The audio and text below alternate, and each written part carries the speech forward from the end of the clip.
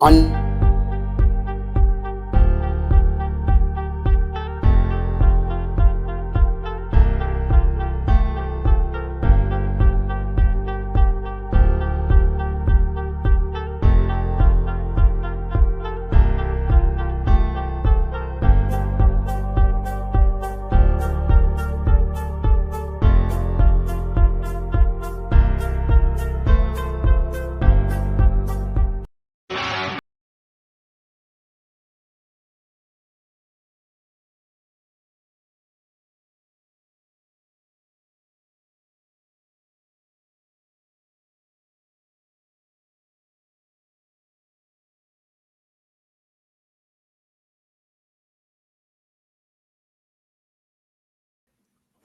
Oh, I guess that quit real soon. Anyway, we are live.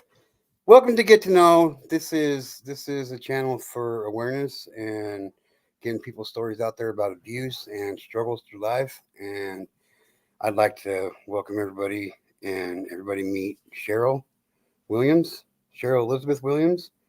She is a survivor of foster care in the United States of America, and she is here to tell us her story.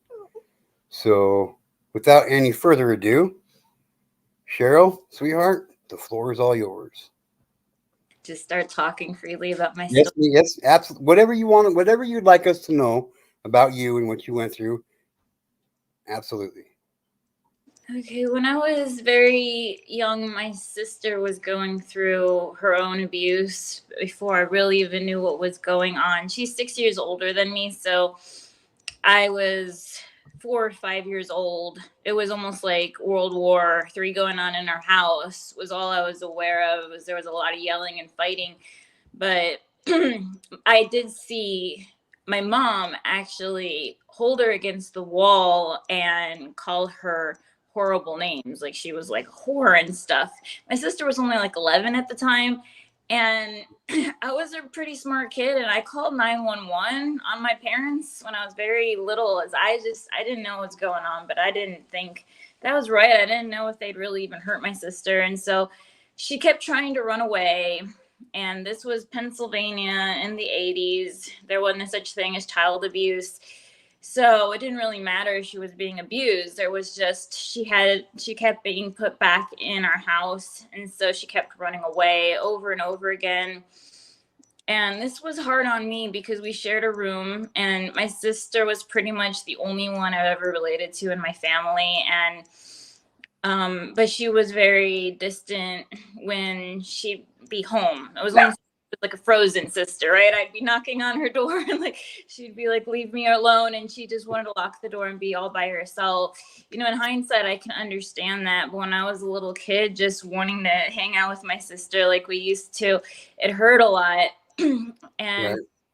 so we went through the court system, family court system, and she had to be ruled ungovernable because she kept running away so often. So I'll just say that shouldn't be the case. I mean, there should be, she was removed because of child abuse, Right. they heard all the stories and witnesses and everything. But yeah, so that's what happened. She went into foster care, and my sister was really scared for me then. And so I kept being pulled out of school and questioned by the male school counselor about all these questions that made me blush, frankly, if my dad was touching me inappropriately. And I was told not to trust anybody, not to talk to anybody, that this is something that dishonored my father. And so I was just a really confused, kind of nerdy kid that just kept to myself. I was like kind of scared for my life to talk to somebody because I was told that if I went into foster care, my sister was being raped every single day and being moved to a next place, that she was just in a home where she was raped, and that my life would be much worse. So I was just a first grader with nobody to trust. And I just kind of hung in there and did what I was told, but always was very strong about me not being me touched, like I have natural Right. of getting, physical and violent if someone were to touch me sexually. And it just led to a lot of physical abuse that I endured as a child, more than sexual, honestly. I got pulled around by my hair and dragged downstairs. And, my dad would watch child pornography, in particular, incest porn, of very violent images of daughters being dragged around, and that whore deserves it and stuff. And even with seeing that on his computer, showing it to my mom and telling people about it, they were like, oh, it's just porn. There's a difference between porn and reality. And I'm like, but one daughter already went into foster care.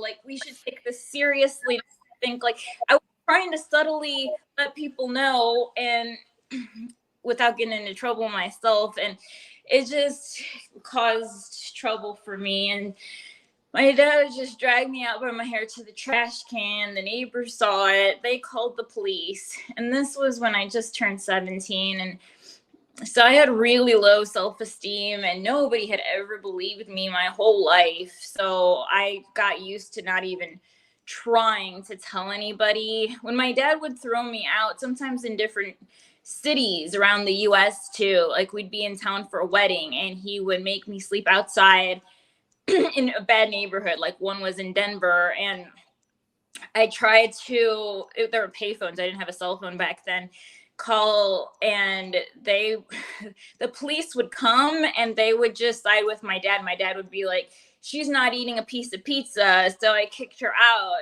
And I was like, I ate salad. And they're like, well, your dad wants you to eat pizza. And it was like right in front of them. I just had to eat pizza.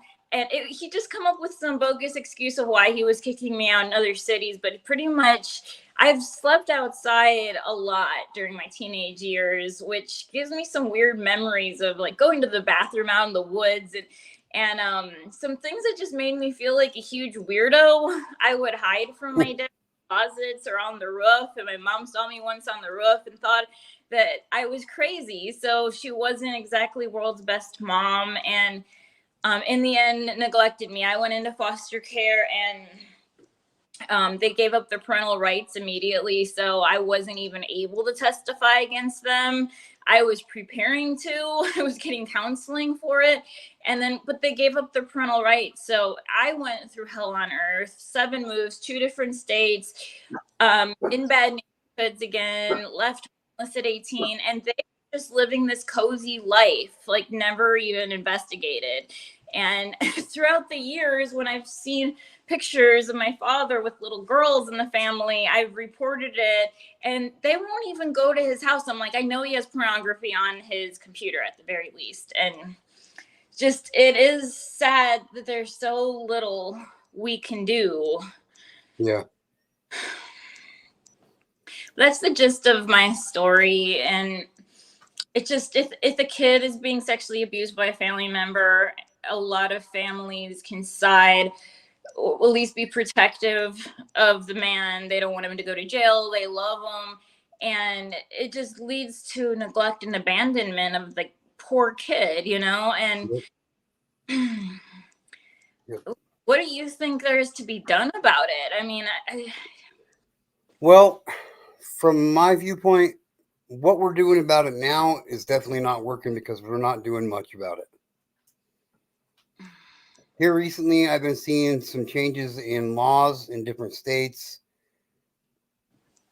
which is a positive thing. I think if we really want to make a change in this, with this problem with pedophilia in the United States, desperate times call for drastic measures. So I don't remember which country it is, but I think it's Turkey. I could be wrong. They had a really bad problem back in the early 90s, late 80s, early 90s, with deaths related to drinking and driving by drunk drivers. Mm-hmm. It became so bad there that they made the penalty for drunk driving the death penalty. Like, if you got pulled over and you blew in their meter and you blew a .001, you were getting executed. Mm. Well, they haven't had a DUI in over 30 years. So for me, that's a perfect example that I think most of these crimes against children should be the death sentence. At least life in prison. And not in a prison where they're protected and in their house with other pedophiles. Like, you're going to be put in general population with the general population, and if you survive, I guess you survive. Because once a person decides to take a child's innocence from them before a child even knows what their innocence is, they murdered part of me. The man who molested me murdered a part of me that I have to relive every day of my life. It's only the punishment's got to fit the crime, and that's what I think. And plus, if you made the penalties for these crimes so dramatic, so huge, it would just naturally make a lot of people just stop doing what they're doing. Chemical castration hasn't proven to work. It proved that it makes these offenders a lot more violent when they reoffend. Counseling don't work. It's proven time and time again that counseling don't work. It's it's a war that will never be won, unfortunately. Like, as long as man exists on this planet, so will pedophilia, unfortunately. But it's a war that we could definitely take a lot of casualties out of, and a lot of victims, and a lot of people that would have become victims never had to be victims. And the thing with pedophilia that people don't understand is, yes, there's a physical victim, there's the perpetrator, and then there's the child that gets sexually abused, but there's more victims than just that child. Like, the worst thing I ever did was tell my parents that I was molested. So my parents became victims of this man's actions. Like, my kids became victims of this man's actions before I even knew I was going to have kids. You know what I mean? Like, that stuff was already dictated for me. So I don't know if there's really anything we can do to eradicate pedophilia, but we can make a big difference. And how we do that is by awareness and getting in front of the legislation and making a push to get laws changed. And that's what we're doing. That's what I'm doing. So Yeah, I'm wearing blue because that's child abuse awareness color as well as foster awareness. It's the month for that. yep. I do believe that awareness matters. A lot of people don't know, and unless if you're just aware of how many kids still suffer from this and don't have a voice, I don't think you're as passionate about seeing the need for change. There's a lot of causes out there, but this is definitely an important one to speak up about. Yes. Especially when I don't know if you know, but with you being in foster care, do you know how many children go missing every year in the foster care system that are never seen again on average? I know a lot get trafficked out of foster care population. 50 Almost 57,000 children go missing every single year out of foster care that are never seen again. Wow, that's That's one. an issue. That's an issue. You know what Yeah. I mean? I mean, these kids already dealt a horrible hand, and then they get, like, a lot of these kids get put in homes that are just, that these people are signed up to be foster parents just so they can have somebody to sexually abuse, just so they can have somebody to torture, and who's gonna care about a foster kid? You know what I mean? I mean, their family's already abandoned them, and it's just a horrible situation, and frankly, it makes me mad as hell. Yeah, I got married at 19 to a very homebody guy that wanted me to disappear from the face of the earth. So while I was in that relationship for 14 years, I had no access to social media. Nobody knew my address. I didn't respond to any emails. And so when I reappeared from the earth, when we got a divorce, my childhood friends were like, we were sure you were dead. They were just so happy to Oh see that wow! because it is pretty rare when it just feels like you have everybody coming for you if you're a victim Yep. of child abuse, because they know you know something, and they want to silence you. And Yep. it's scary to speak up, frankly, but you only live once, right? If I lived 140 years old and I just shelter myself and I stay away from people so nobody else can hurt me, like, I might live a lot longer, but I'll never be living a day of my life. Right. Right. Right. And that's no way. That's no way to live life anyway. Like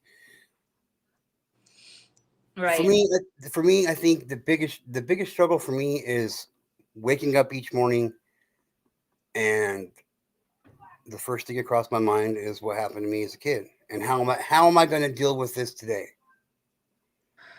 You know what I mean? And that's a horrible thing for anybody to have to experience. And that's like one of the main reasons why I started doing what I was doing, is because I don't think anybody should ever have to feel that. Mm-hmm. You know? It was hardest for me at the beginning because my first touches were from my father, and Right. I want a boy to touch me. It's like the smell, the he had really bad BO, and like, I'd wake up to him straddling me, his robe open, it was kind of see-through, he had, this hairy chest, just very, like, it made me vomit to think about it. So I didn't want to be touched for a long, long time. And when I finally did let a boy that I loved dearly, I was crying the whole time, like it wasn't enjoyable. So it does definitely shape a person's sexuality all their life. I went through a phase where I really thought I was gay because I just couldn't stand the sensory overload of trying to let a man touch me. And it's like, people just, if you haven't gone through it, you don't understand that this is just a horrendous crime, and it should be, I think, by death. I agree that there's not really an effective program. I think people that do this have no empathy. I don't think you can really teach empathy if you just lack none, and they like to steal innocence way. I mean, there's a number of characteristics. Not everybody is a pedophile or is even capable of being a pedophile. You have to be attracted to children. I mean, it's just like, I don't believe that there's rehabilitation about any of this. Like, they're a danger to society. And I think there just needs to be the strictest consequences. Exactly. Exactly. And I can tell right now that you'll agree with me. I mean, I can already tell, but like, you already know yourself that as long as man exists in this world, so will pedophilia. This is not a war that we can eradicate. This is not something that we can totally get rid of, because human beings are disgusting. Human beings are evil, and and it'll always exist, and that's sad. But we can definitely make a change for a lot of children to have a better, brighter future. You know what I mean? Mhm. Yeah, I Like, think that's really where there is definitely a lot of hope, though, is that if this did happen to you, yes, this is something that does change your life. I feel like you really have to just grieve and accept that this happened. Otherwise, you have blocked out memories, and that keeps you from succeeding academically. Like, I think you have to just mourn that you had something taken from you that somebody should not have taken from you, and even feel the anger. That would make anybody angry. But life goes on, though. Like, you just keep moving forward, and while what happened to you is not your fault at all, it is on you to live your best life moving forward. yes, yes. And for me, I know it took me a long time to realize that. I still struggle with trying to do that, but I'm here today, and that's a good thing. So I might as well at least give it, 50%. Babe? Oh, Desi gets off at 6, right? Yeah. Okay. So how I'm right in the same boat with you, where there was a time period when I was like right after the abuse started, like all of a sudden this person that was paying all this attention to me no longer wanted anything to do with me. So I was bullied in school. I was picked on. I was an outcast at school. So I went from this short, chubby, long-haired, curly, fat kid that was alone to now this person that was doing this to me doesn't want anything to do with me. So now I'm really alone in life. To, well, where there was a time period where I questioned my sexuality as well. I mean, I never did anything with anybody else, but like I still question whether I was, am I supposed to be, homosexual or am I supposed to be straight? You know what I mean? And like my wife's a survivor of sexual abuse from her stepdad, and there's things that we still that she still struggles with when we're being intimate that she absolutely can't do because of what her stepfather did to her. You know what I mean? And there's things like for me, there's things that I you know what I mean. So it makes it like these people, they don't understand the damage that they're doing, and they don't care. It's all about getting the jollies off, and it's not okay. It's really not. And it's a control thing. It is.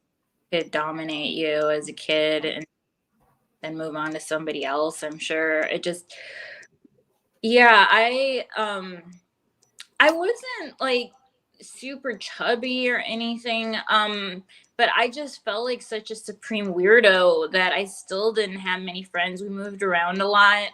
When my dad, he moved only me to Alabama when I got horribly abused as a teenager. My brothers I was used to growing up with, and they stayed in Chicago even though they were underage.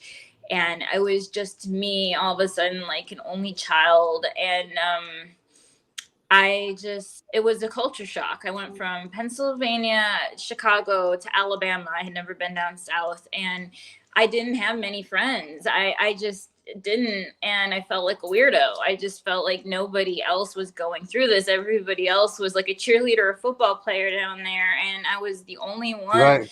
going through a hard teenage life. So I was kind of an outcast too. I started skipping school. I just was really embarrassed to be alive. I didn't like to live, but I've come a really long way since that thought process. But yeah, I haven't been suicidal since I was.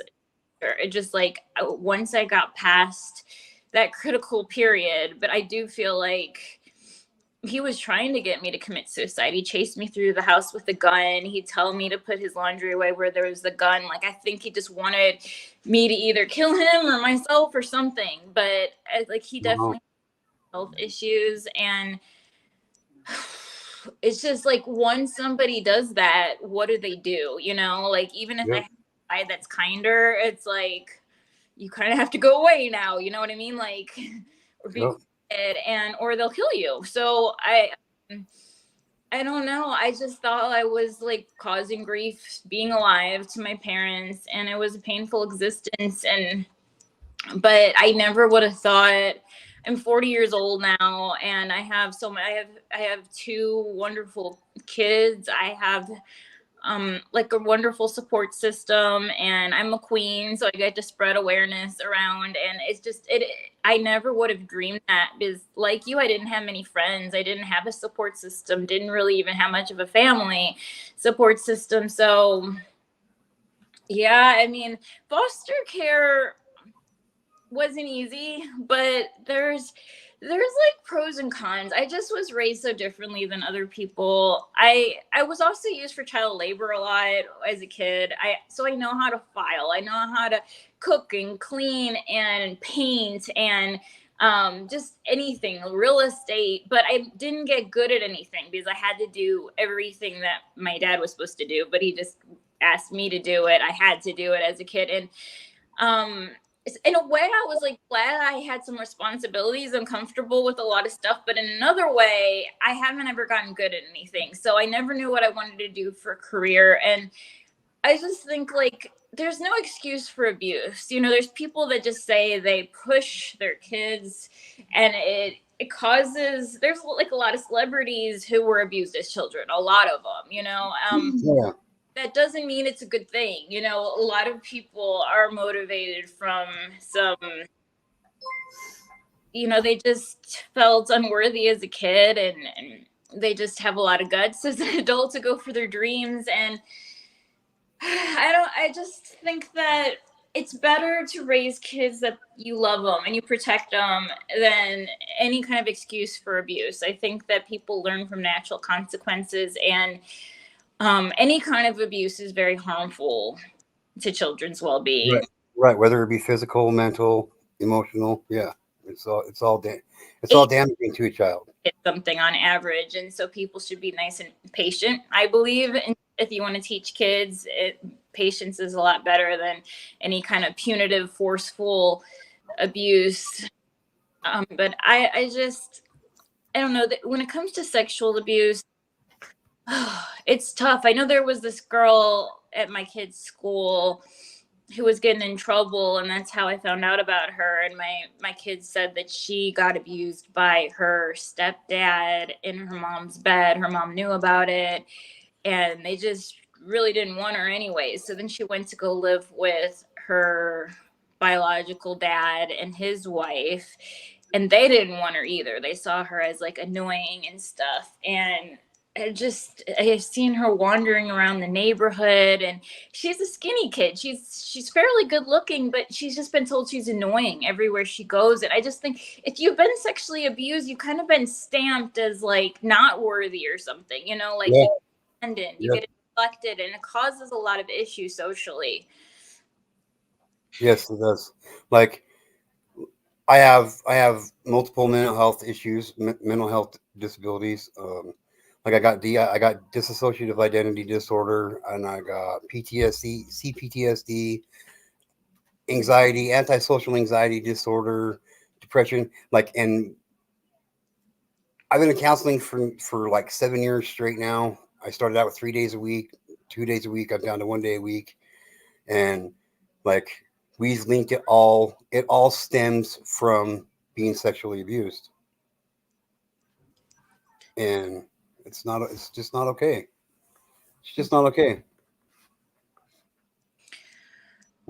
I hear a lot of stories of childhood sexual abuse from adult survivors now, and I hear about the emotional turmoil. Someone I know was abused by his uncle, and he was just a little kid, and it caused him to need surgery to sew it up. Like, it stretched him out as a kid, and so his parents found out about it, and they just they just kind of were like, why didn't you tell us sooner? Like, put it on the kid. Like, they were Right. just Right.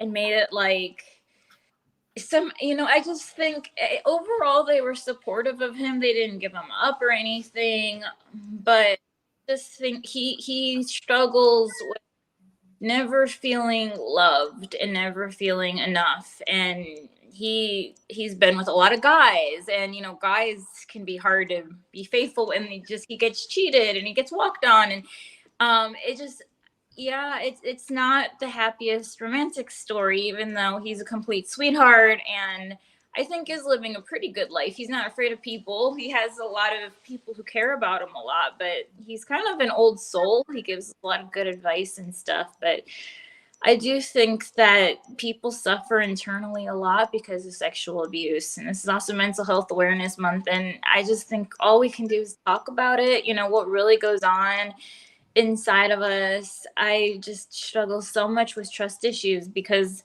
I grew up with a family that they weren't really trustworthy as far as meeting my needs ever. But Right. I thought they were family. I thought family sticks together, and I was very shocked that my parents would allow me to go into foster care. And you would think that it wouldn't, since my sister was in foster care too, but I lasted so long. I really thought I was going to be able to be okay, then I'd be on my own, I'd be in college, and then nobody would just know about my crazy life story, and it'd just be a secret. And he just kept throwing me out, and it was embarrassing. So there was really nothing I could do about it. But because I didn't leave myself, I really just thought it's like, what's the best of two worlds? Me and my sister have discussed this. We reunited at 30, and she had a hard life in foster care. She didn't get raped every day, though. That was just something I think, abusers say, so you don't go into foster care and report them. But it just was very confusing. I didn't grow up with trustworthy adults. So you can have a long-term relationship with someone and still not trust them. I just live in this world where it's like an island of one. I do feel like so few people understand. And that's why I really do like to connect with other survivors of childhood abuse, like Jessica connected us, because I just go to her all the time. She's someone that understands what it's like. There's so few that I felt like really understand what it's like. Yeah. From the moment I heard part of her story, I was captivated. I was like, and then have you met Darlene? Maybe. Did you know her from the group home? No, I don't think so. Just her name's Darlene Clark. Darlene J. Clark. Does sound familiar. She introduced. She's actually the one that introduced me to Jessica, and Jessica to me. So, like, her story is, she was trafficked by her dad and shit, and like, it was bad. Like, it's one of the worst stories I've ever heard. And she wrote a book about it. It's called Shattered Innocence. You can get it on Amazon. It's only like $10 or something like that. Oh, she just interviewed me. Does she have a podcast? She does a YouTube channel. She does. Yes. Actually, yes. Yeah. Yes. Last yes. week. Boy, it sounds familiar to me. Yes. I know her story. She interviewed me, but she did say that, that happened to her. That's why she wanted me to talk about it. Okay, cool.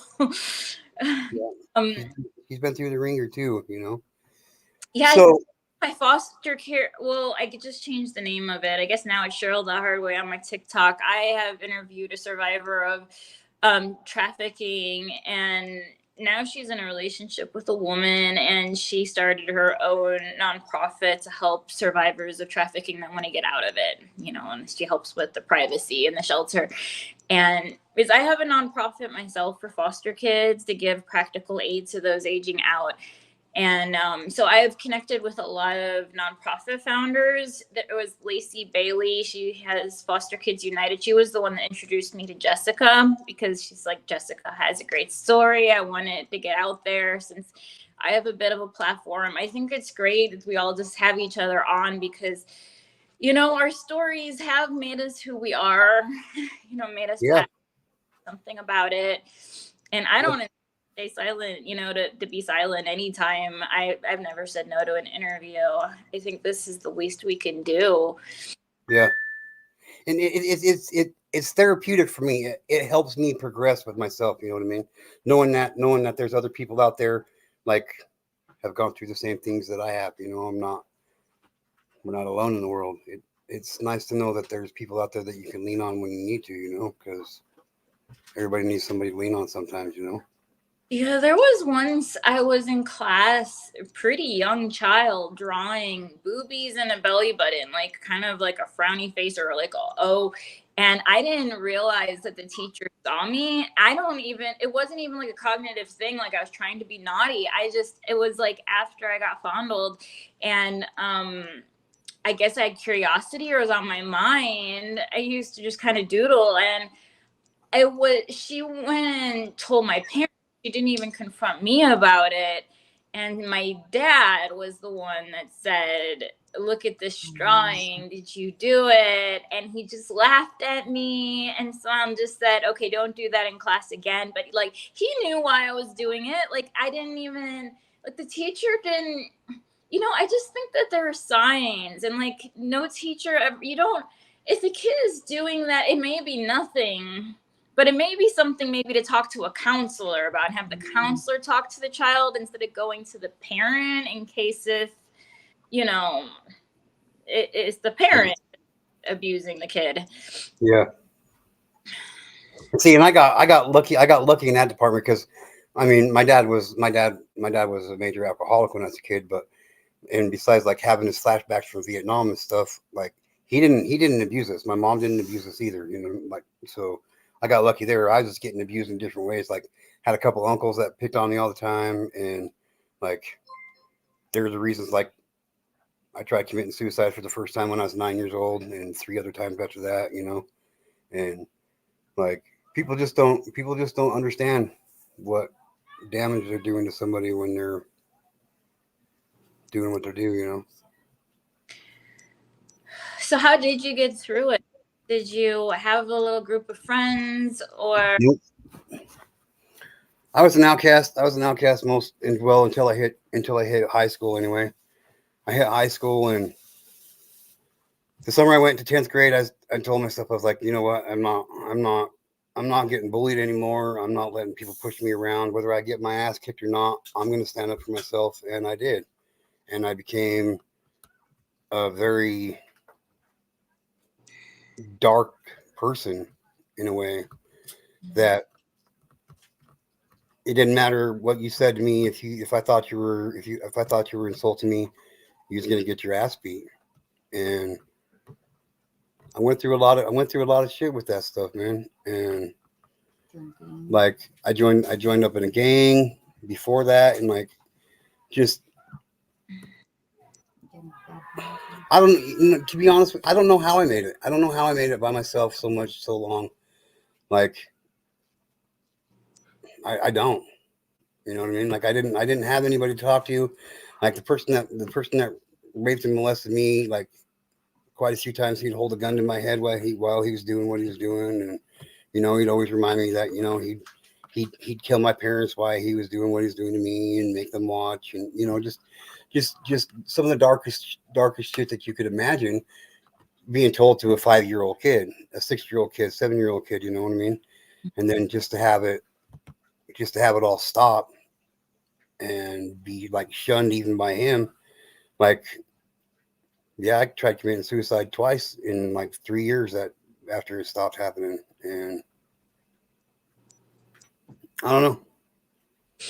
Well, my dad had threatened me so much growing up that I thought I'd always be put through hell on earth. When I was in foster care, I knew he wasn't just going to stop tormenting me. I knew, it's like I had he was at the target on my back, and he wasn't going to leave me alone and let me live in peace. And I was right. He disrupted a lot of the placements. The one foster mom called him Satan. Like, she never had someone. He called her Satan because she took me in. He was just trying to get everybody to throw me out. And he called me a bum, and that they just needed to force me in school or kick me out. And I mean, it was like,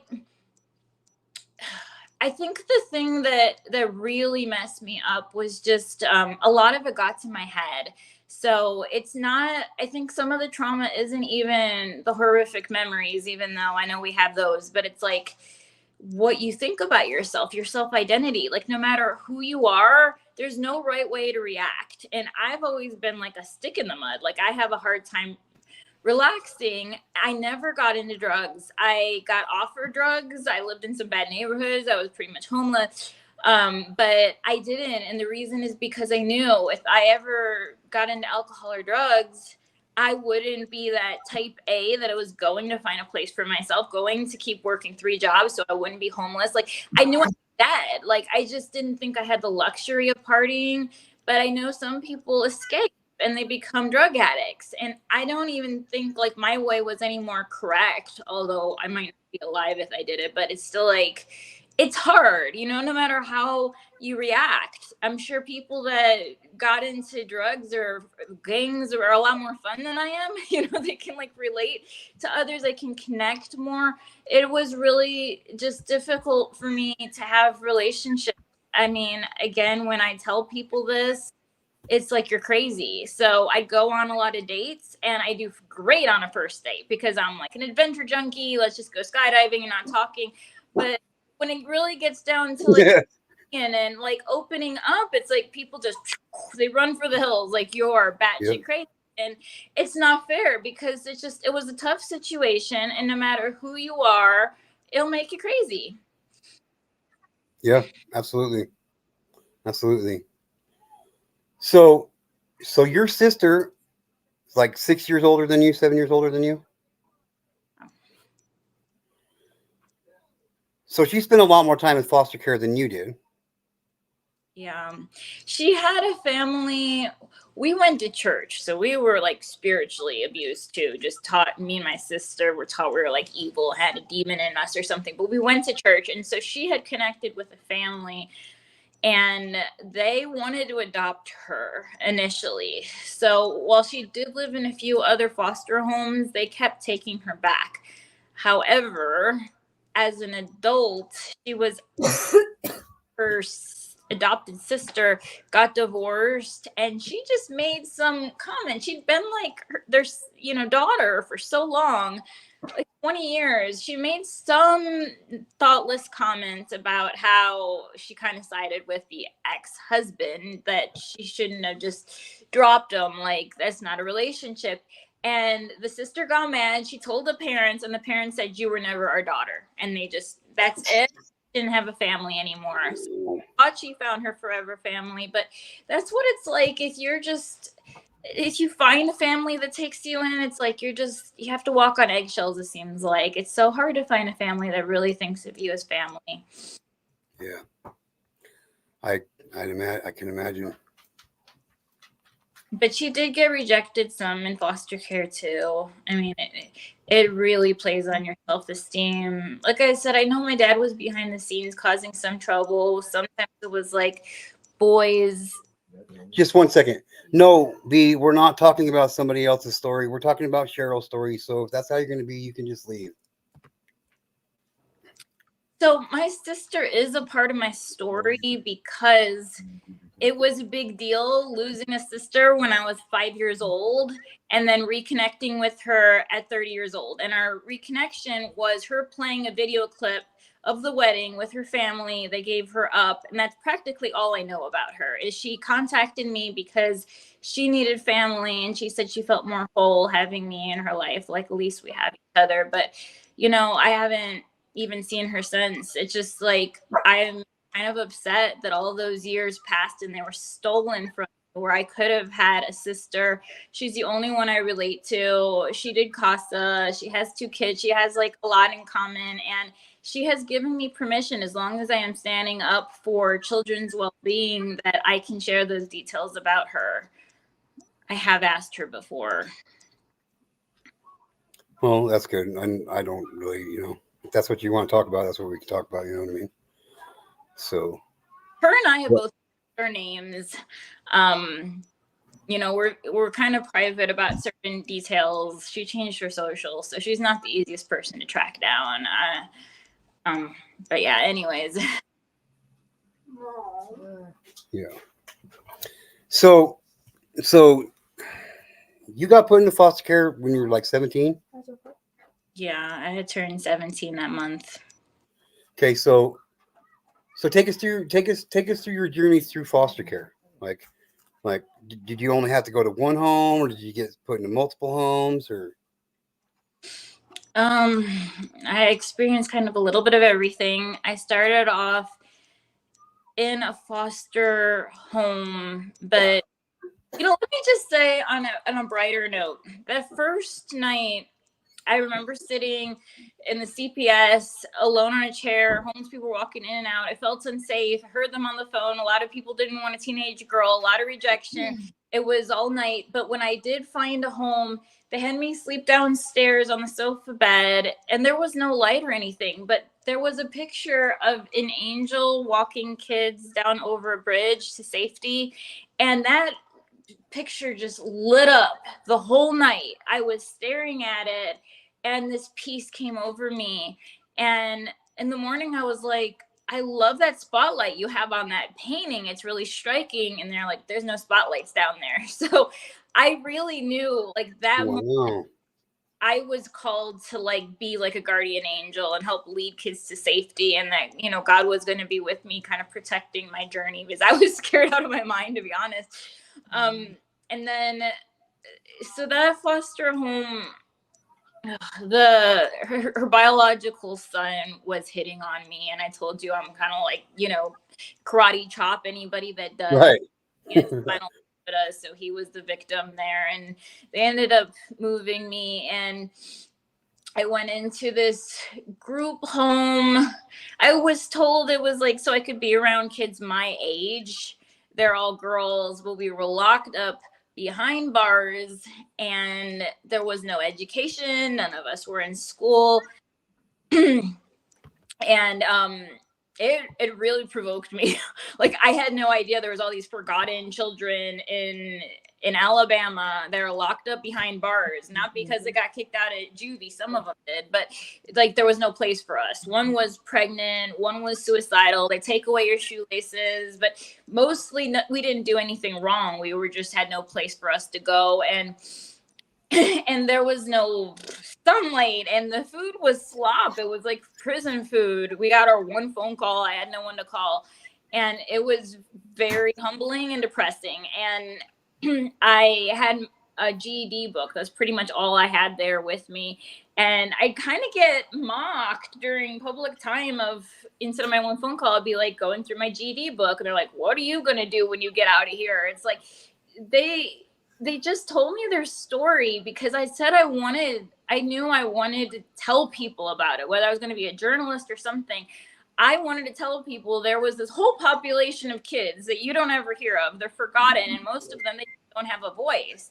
The one was born in foster care. She has a kid in foster care, got taken away from her immediately. And I actually lived with her in that first foster group home.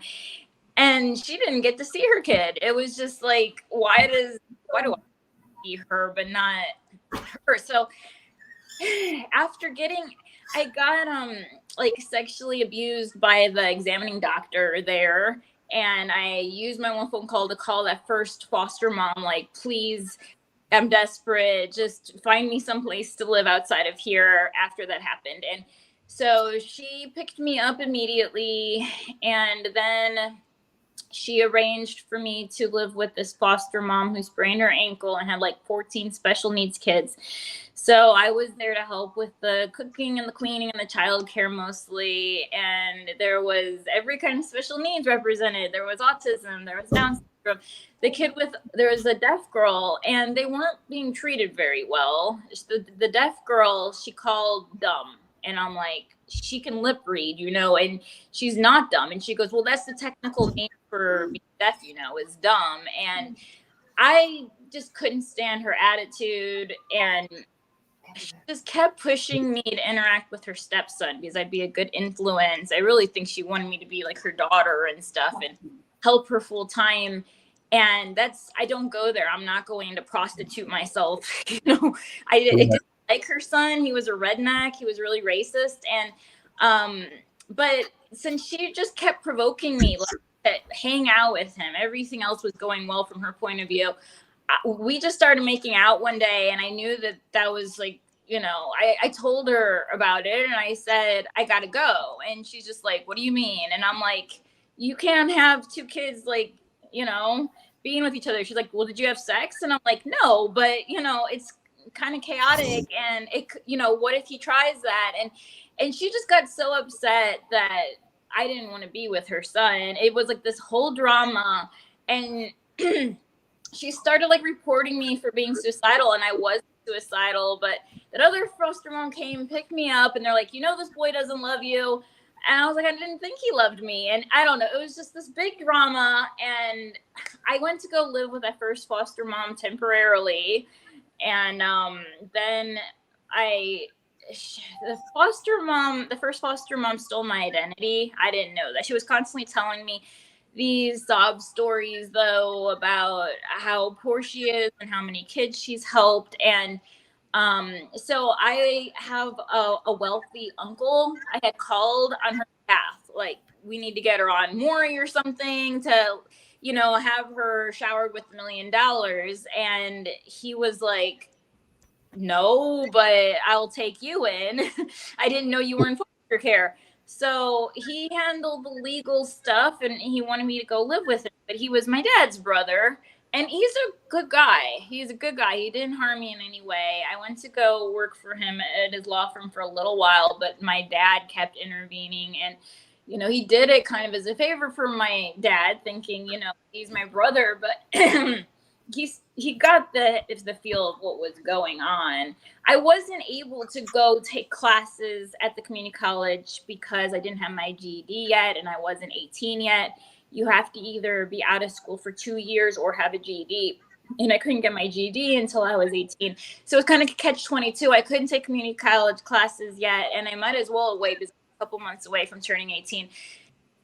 And so I worked and saved up for college, but that wasn't good enough to my dad. My dad just kept telling him, she's a bum. I told you she's not in school. You have to kick her out. And so eventually my uncle just gave in and said, this wasn't really my idea. Sorry, I couldn't help you.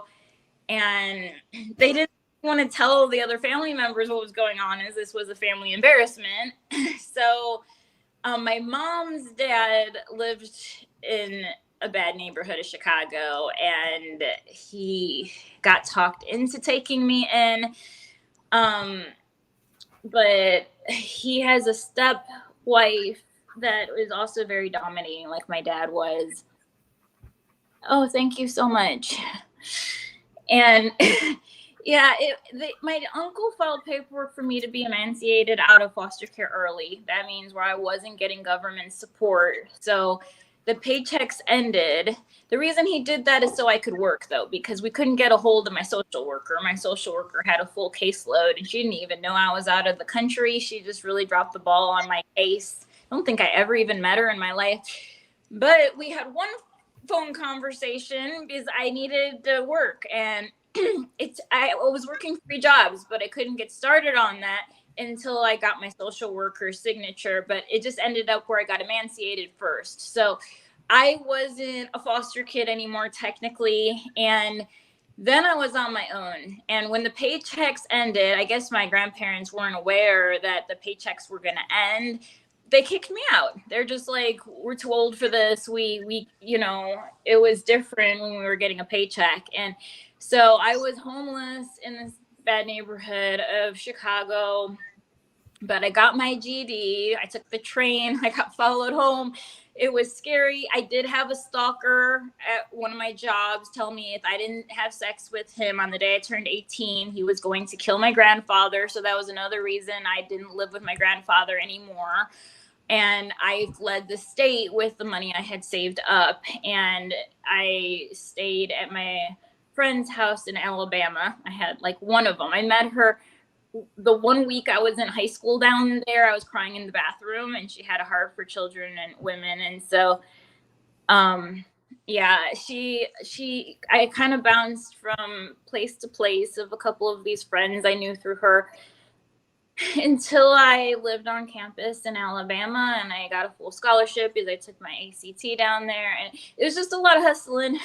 I really, really worked hard just to survive pretty much at that point in my life. And I didn't even start counseling up. I was on antidepressants when I was in foster care, a little bit too much though, and I just didn't think I needed them when I lived with my uncle, so I got off of them. And then I wasn't on anything until I had kids, and I had insomnia and these PTSD nightmares. And the PTSD nightmares really helped me remember these blocked out memories that I didn't want to remember.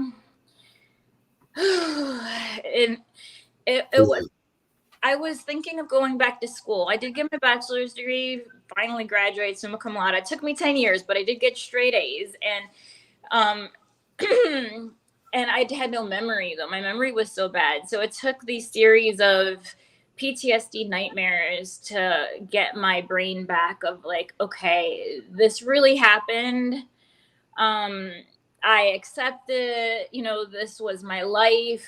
And that's how I got my brain back, is like, it still comes. The PTSD floods my brain. It ruins a perfectly good mood or day, and it changes my emotions. But I really believe in, if you have a lifetime of nightmares, bad dream, like real life PTSD, you just have to accept them as they come. Like, this happened, I'll grieve whatever happened, the emotions you have, the anger, and like, you let it pass without judgment, and I go to counseling, and I always have a story to tell because I had so many bad memories. But I found EMDR to be helpful.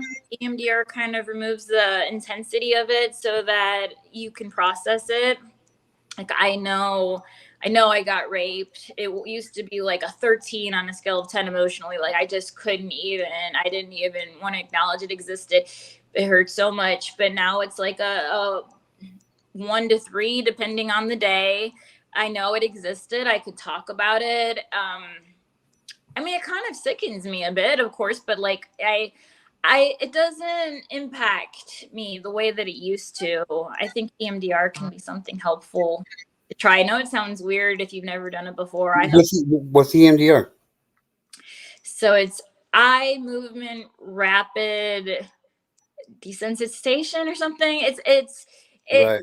You do like a right brain, left brain. I like the buzzer thing. You can do like tapping, but it's strange. It kind of puts me in almost like a sleep kind of thing. You're not being hypnotized or anything, but I almost feel like that. I get really sleepy and I walk it through in my brain. And you need to have a really good therapist because not everybody is super great at EMDR. They'll kind of recognize when you need to stop, and then you'll stop and kind of talk it out. And there was this list of things like, you are worthy, you are, you deserve good things happening. Like, you go through what emotions you're feeling, in the midst of that.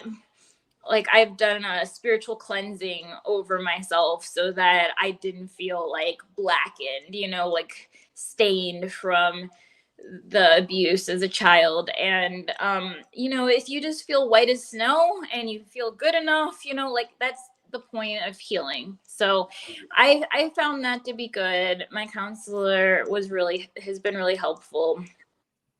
Good. I just started, well, not just started, but I started doing neurotherapy. That's something I've studied, neuroplasticity, but what is neurotherapy? So they take these sensors and they put one on each side of your head, one on the top of your ear, and then one on on your earlobes. And you can either watch a movie with no sound on it, without the words in it, with music overlay, or you can just listen to music with just a bunch of like different shapes transforming into different shapes, and it's relaxing as hell. And it's helped take my anger level, like especially when I'm driving, it's helped take my anger level go down, which has gone way down. So it went from like a 9 or 10 down to like a 1 or 2, so like, I don't know, check it out a little bit. I think it helps me anyway. I enjoy it. Yeah, thank you for the suggestion. Yeah, absolutely. Because on a healing journey, Right. that's to help others too. Like, I've come a long way, so there's others that may not have come this far, but I know, I still have some healing to do for sure. Yeah, I don't think we'll ever be done healing. You know what I mean? I think as long as we're still here in this body form, I think whether you've been sexually abused or not, we all have some kind of healing that needs to be done. But it's like some of the bad times made me a happier person in the here and now. Like, that group home really made me appreciate the free sunlight that is available to us and fresh air. And if you get a good meal that you actually choose to eat, that meal was making me anemic. And constipated. It was so gross. It's like, I enjoy every bite more. I enjoy getting to Right. frolic. It's like, because I know where I could be. I enjoy the connections of actually having, time with friends. I didn't have those kind of memories growing up. So I just, yeah, I mean, life is a lot better now. I'm so glad I survived through it. And you really can design a life that you dream of. Doesn't mean you're not still battling some mental health things. I'm just being real. But like, I really have and I'm still building my dream life and empire. And it's a lot of fun to live nowadays. I'm glad I survived it. Me too. Me too. Good, Like, good. like I questioned for the longest time, like why did something like this happen to me? And like I finally figured it out. You know, like I have a voice that's going to get heard, and there's a lot of kids out there that need these laws to be changed. So that's like my main motivation to keep going is hopefully to stop it from happening to at least one kid. You know. Yeah. Or the kids that are caught up in it. They could really use someone that knows what it's like because I still kind of do feel like a weirdo. I don't feel like there's a lot of older people. There's a lady online called Kathy Jones. She's kind of been like mama, sister bear to a lot of us that have been in foster care at least. But she she had some childhood abuse occur and so anyway it's helpful to have someone older, I think, or at least that's gone through it to be there for you. So I'm sure you touch a lot of lives and I'm so thankful you're out there so people can come to you. Well, I appreciate it. I just Yeah, I've tried that. That's also known as talk therapy. yeah. I guess Breathing technique can be a part of that. I can imagine as a kid, you know Everything is always good and helpful. trauma that I lived through day to day is because of the fact that there was no justice. Right. Right. You know what I mean? Like my friend sitting here, he's listening to the interview as well, and he was assaulted as an adult by an adult male, and like he's like sitting here saying, you know, some of the stuff that I'm suffering from right now is because I didn't get any justice. Like the guy that did this to him, like he didn't get hardly any time in prison whatsoever. He's a free walking individual, and like and he'd been to prison. He'd been to prison before for the same type of stuff. So it's just talking about, you know, it's just rubbing salt into a wound, and like that's what we need. That's what we need to put an end to. You know, is rubbing that salt in there. Well, you usually get groomed and brainwashed or one or the other when you're a child and that happens. And He was date raped, basically. He was drugged. Yeah, this dude slipped some stuff into his drink, and yeah. did he do the rape kit? I got raped once and I did the rape kit immediately afterwards. I know there's a place locally around here, but there's usually a place locally. Like you go to the hospital first. It was such a long night. That's like I'm trying to think of what all Yeah, I. he didn't do any of that. No, I did. Oh no, he did. I guess you did. Yeah, I did. I went to And they and swipe it's you. not supposed to be right for you, but He went and got the whole rape kit and all that stuff done. Because I'm guilty of a heinous crime against human nature. And the guy used him, but they had his fingerprints bruised, like they're around my neck. They swiped there since I had some bruises starting, and they had at least his DNA of his hand. So it's not as good as like having his semen, but it was some kind of DNA proof at least. Now, Yeah. like you don't know when you go through such a traumatic thing, but like don't take a shower, go immediately to the hospital, go Yeah. get out. They can give you some STD thing. But yeah, I mean, the more evidence you get right after the fact, if you survive it, that's a major thing. Then go get the evidence and hopefully. Right. Like my wife's situation. She was sexually abused by her stepdad. He also sexually assaulted 5 of her friends. They all came forward together, and He even admitted to it in the courtroom, and he still walked out of the courtroom a free man because none of them kept a journal, or none of them had dirty underwear with DNA in it, or just it's ridiculous. It's ridiculousness. Yeah. My dad's Everybody addicted. was unreported.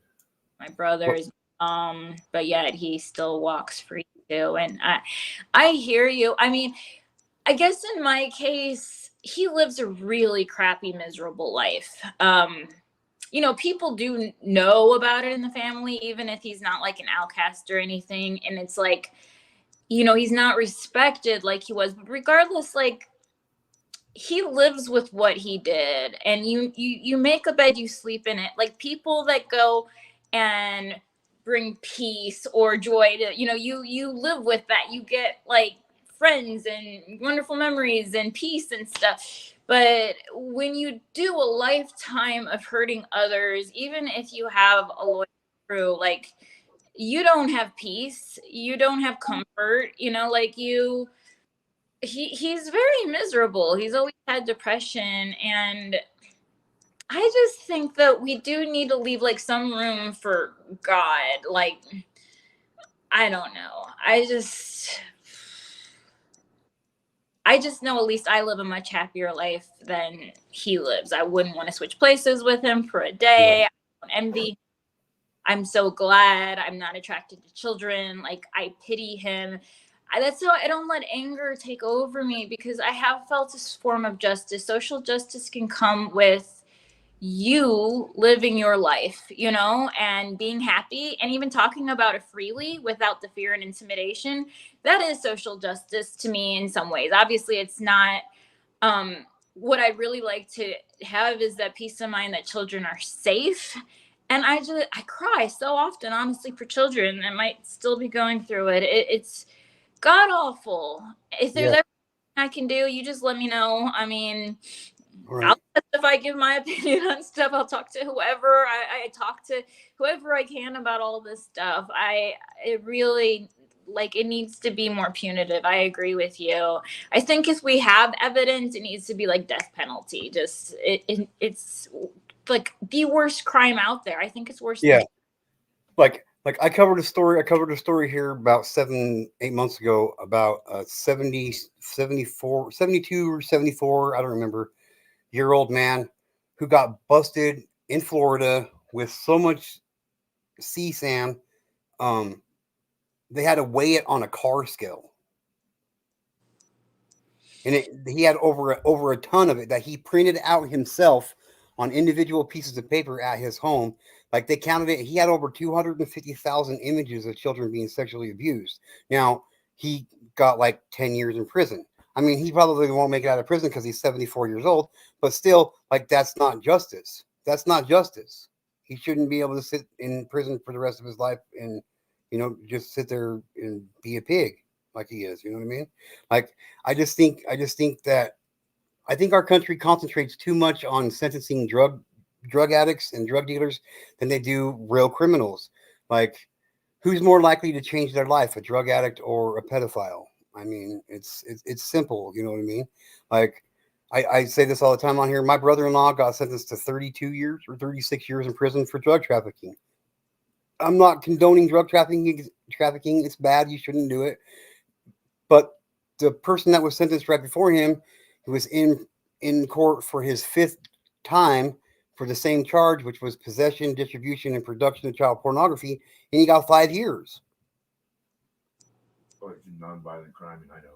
Like, my brother-in-law is going to spend the next 36 years in federal prison. Well, it's 30 years now because he's already been locked up for a while. But, like, he's going to spend basically the rest of his life in prison, and he sold drugs to somebody. You know what I mean? The justice just doesn't seem there to me. It's not. It's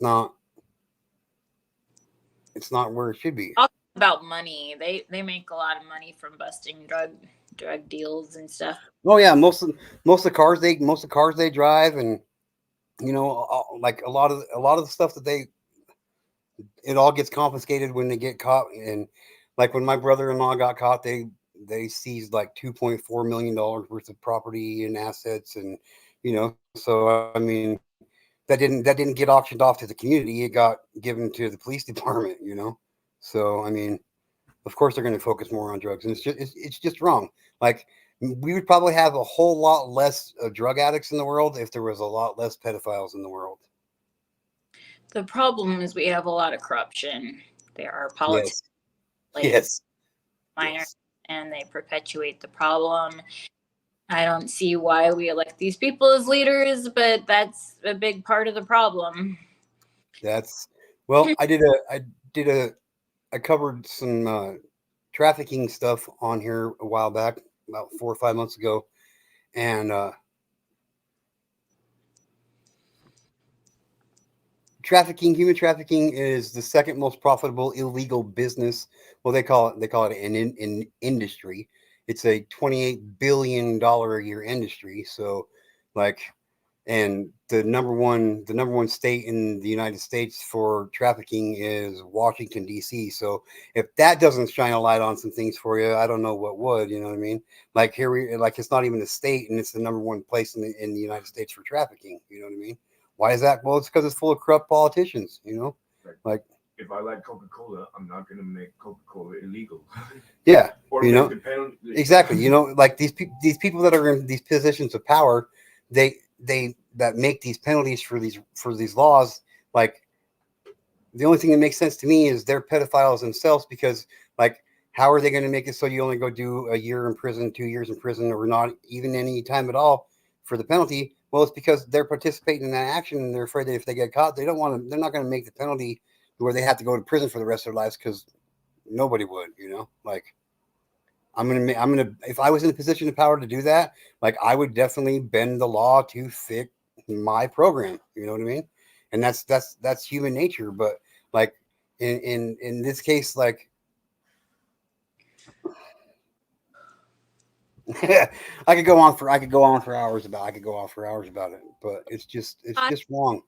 I've sat in family court before, and I have heard judges make just rulings before. I've heard a judge say, because the family was surrounding the sexual abuser, when there were 2 girls that had been abused by this guy, and they were like, he said sorry, even the girls themselves miss him, and they don't want to have no communication with them. Nobody wants him to go to jail. He admits he did it, not going to do it anymore, and we're all very close to him, including the girls. And the judge was like, this is something to be taken seriously, something that changes a girl's life forever, and you are not taking it seriously.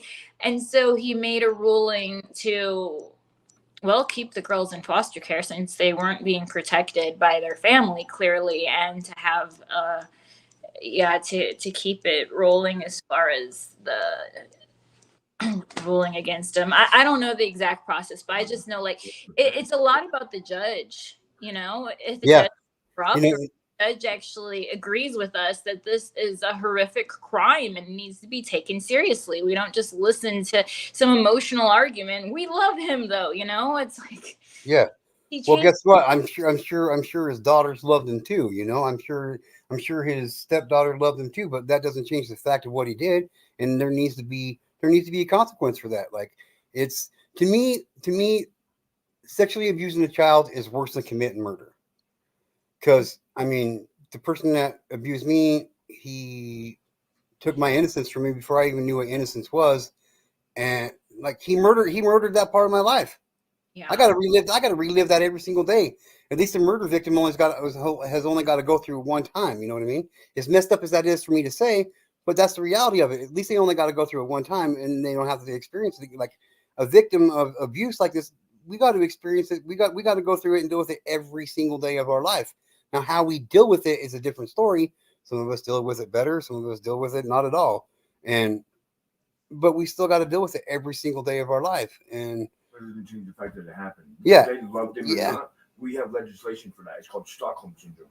Yeah. Right. Like, really. Yeah. So, I mean, it's just something that's not taken serious enough in this country. And one of the things, like, I've wrote like 18 different judges and like 18 different prosecuting attorneys right now, not even in my own state, just around the United States. And I do a show like on Fridays called FBI Friday, and I cover abuse stories, and all these cases, all these judges and prosecuting attorneys that I've wrote were from cases that I've read out here on YouTube. And I told them, I was like, you really dropped the ball on this one. Like it's time we start holding judges and prosecuting attorneys accountable for handing down these weak sentences to these pedophiles and slapping them on the hand. And like, if you have to like, if you sexually abuse a child, does that not make you a sexual offender for the rest of your life? It does. So why do we only have to make him stay on the sex offender registry for 10 years? Like, there should be anybody who gets convicted of a sex crime and has to register as a sex offender should have to register as a sex offender for the rest of their life, because that's what they are. They are a sex offender for the rest of their life. Just like I am a sexually abused victim for the rest of my life, you are a victim in many different categories. You know what I mean? And that's what we are. That's what we are for the rest of our life. Like, so why is it that they get on this magical list for just a moment in time, and then all of a sudden, poof, they're no longer a sexual predator? It doesn't work like that. So, like, in my elementary school, when I was in Chicago public schools, he called himself a social worker, and he was in charge of this peer leadership group. And he put me as the head chairperson. So I interacted with this guy a lot. He'd call me at home. And then there was this boy too that was put in charge. And I was being abused back then. And so I really thought this guy was actually a safe person. I got followed home a lot of times as a 13-year-old girl walking home from Chicago. And I would tell him about it, and he'd help me write the reports and stuff. But when it came to my father, he'd say, well, I need to see your bruises. Let me take pictures. And I didn't ever have, my dad would do it by my hair. He already did it with my sister. He knew how not to get caught and stuff. So it'd be like, you just have to check out. Like I didn't have, so I wouldn't let him check out the rest of me and stuff. He just pulled me by my hair and dragged me around and stuff and hit my head against walls. But if anything, maybe a CAT scan or something. But like, yeah, I knew taking pictures wouldn't help. Anyways, like come a long time later, I found out through connecting with childhood friends, this guy went to jail for 10 years for the pictures he had on children. He had a lot of naked pictures in his home, like decades of pictures of children naked with bruises and stuff. But I don't think anybody actually thought, like nobody claimed he had raped them or anything. It was just like he had all these pictures in his home of naked children. So he went to jail for 10 years. And I think that was justice, but I'm just like, actually acting out on it, I think does so much more damage. I mean, that did kind of like mess up trust once again. Like nobody's trustworthy in this world. I really thought he might have been one of those people, but yeah, it's just like, I think the people who are actually changing your sexuality for life, not just having creepy pictures that they masturbate to, like it really needs to be a worse penalty though. There's a difference between pornography and like having semen on a child's body. Yeah, absolutely. But definitely, they caught that soon. That is masturbating to children porn. Yeah, but it hasn't been caught yet. Yeah, right. It's like, and like she said, he'd been doing it for decades. And like in cases like that, I think like a reasonable sentence is 1 year of fixed time in prison for each image you got. Like if he'd been doing it for decades, he had thousands of pictures. I guarantee that.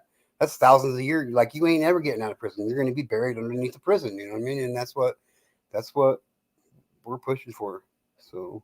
Good God, there was this Valentine's Day dance. I was dancing with a boy with this little red skirt on, and he had a picture of me. Like he gave me a copy of it, and I did think that was weird. But I'm like, oh, dude, like I know he doesn't have naked pictures at least, so it was just like I definitely was one of those kids that he yeah. Anyways, but it's just amazing how many pedophiles, in a really bad way. Amazing is not a good word, just there's a lot of people that are attracted to kids, and it's just epidemic. Like, we need to do something about this. Yeah, absolutely. Like, and people have this people when you talk to people about this topic,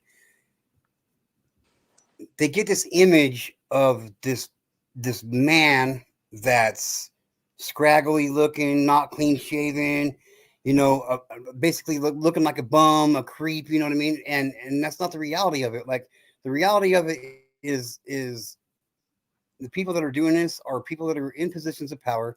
People were taught as kids to look up to and to trust judges, police officers, detectives, teachers.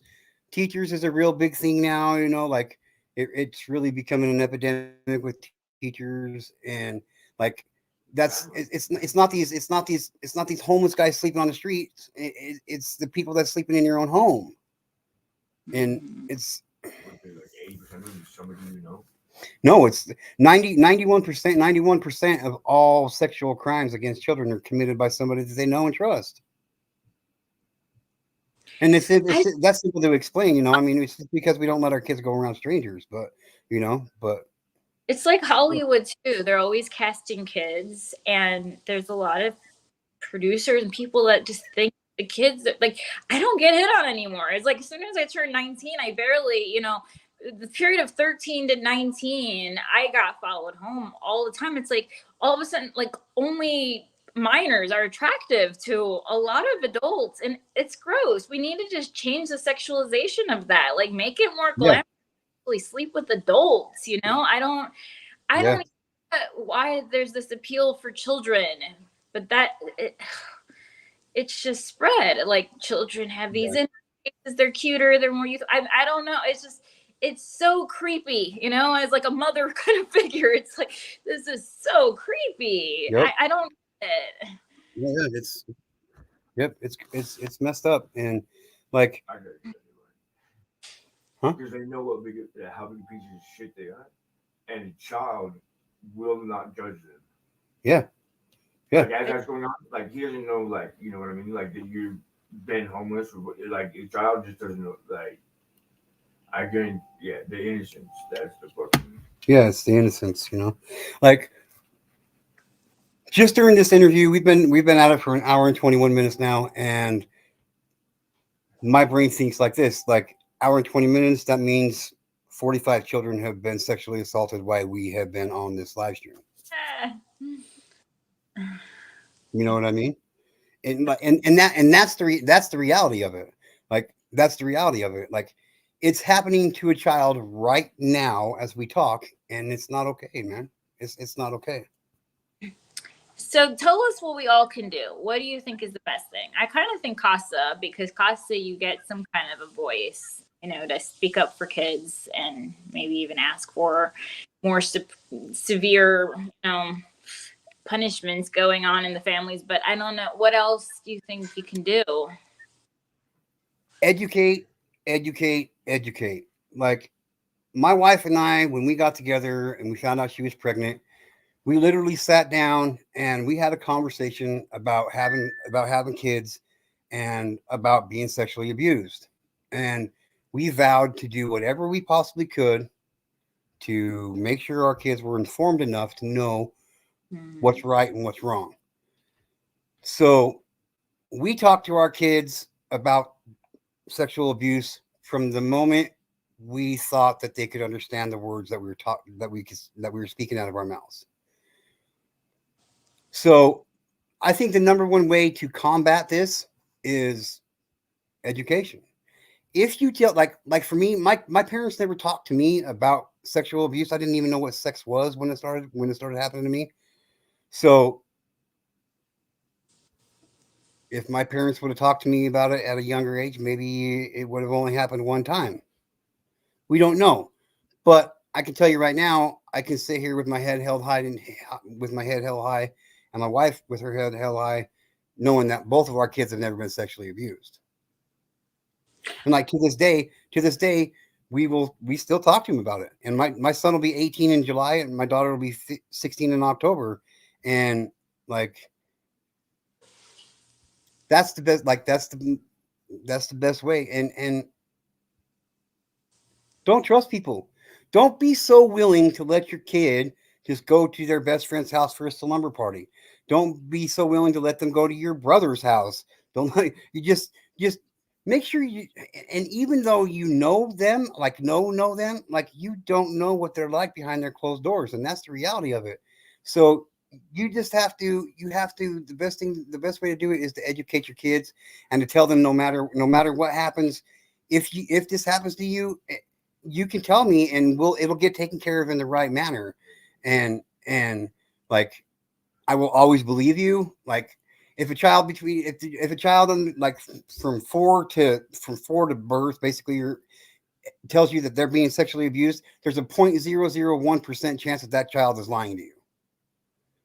Right. If a child between if a child between the ages of like 8 and 4 tell you that they're being sexually abused, there's a 1.1% chance that child is lying to you, and if they are, it's because they were coerced and put up to and basically forced to do it. You know what I mean? To say that they were abused. So I tell adults before they meet my kids, I'm not kidding. I tell them, if you so much as lay a hand on my kid and they think it's harming them, it doesn't even matter if you meant to harm them. If you touch them, like I will kill you. Like I swear, yeah, I will waste my whole life in jail if but like I do not, that's not a light thing, because I've heard way too many stories of that stepfather who just slapped a kid on the butt, didn't, just meant to encourage him. I'm like, and it's still kind of changed this girl's brain, where she has these weird feelings towards him and like doesn't know she's attracted to it. It's just, it messed up her brain. I consider that abuse, like if someone did my kids, I'm not kidding, I would shoot them. So it's like, I know it's crazy. I've had a lot of people say that's going overboard. You don't have to agree with me.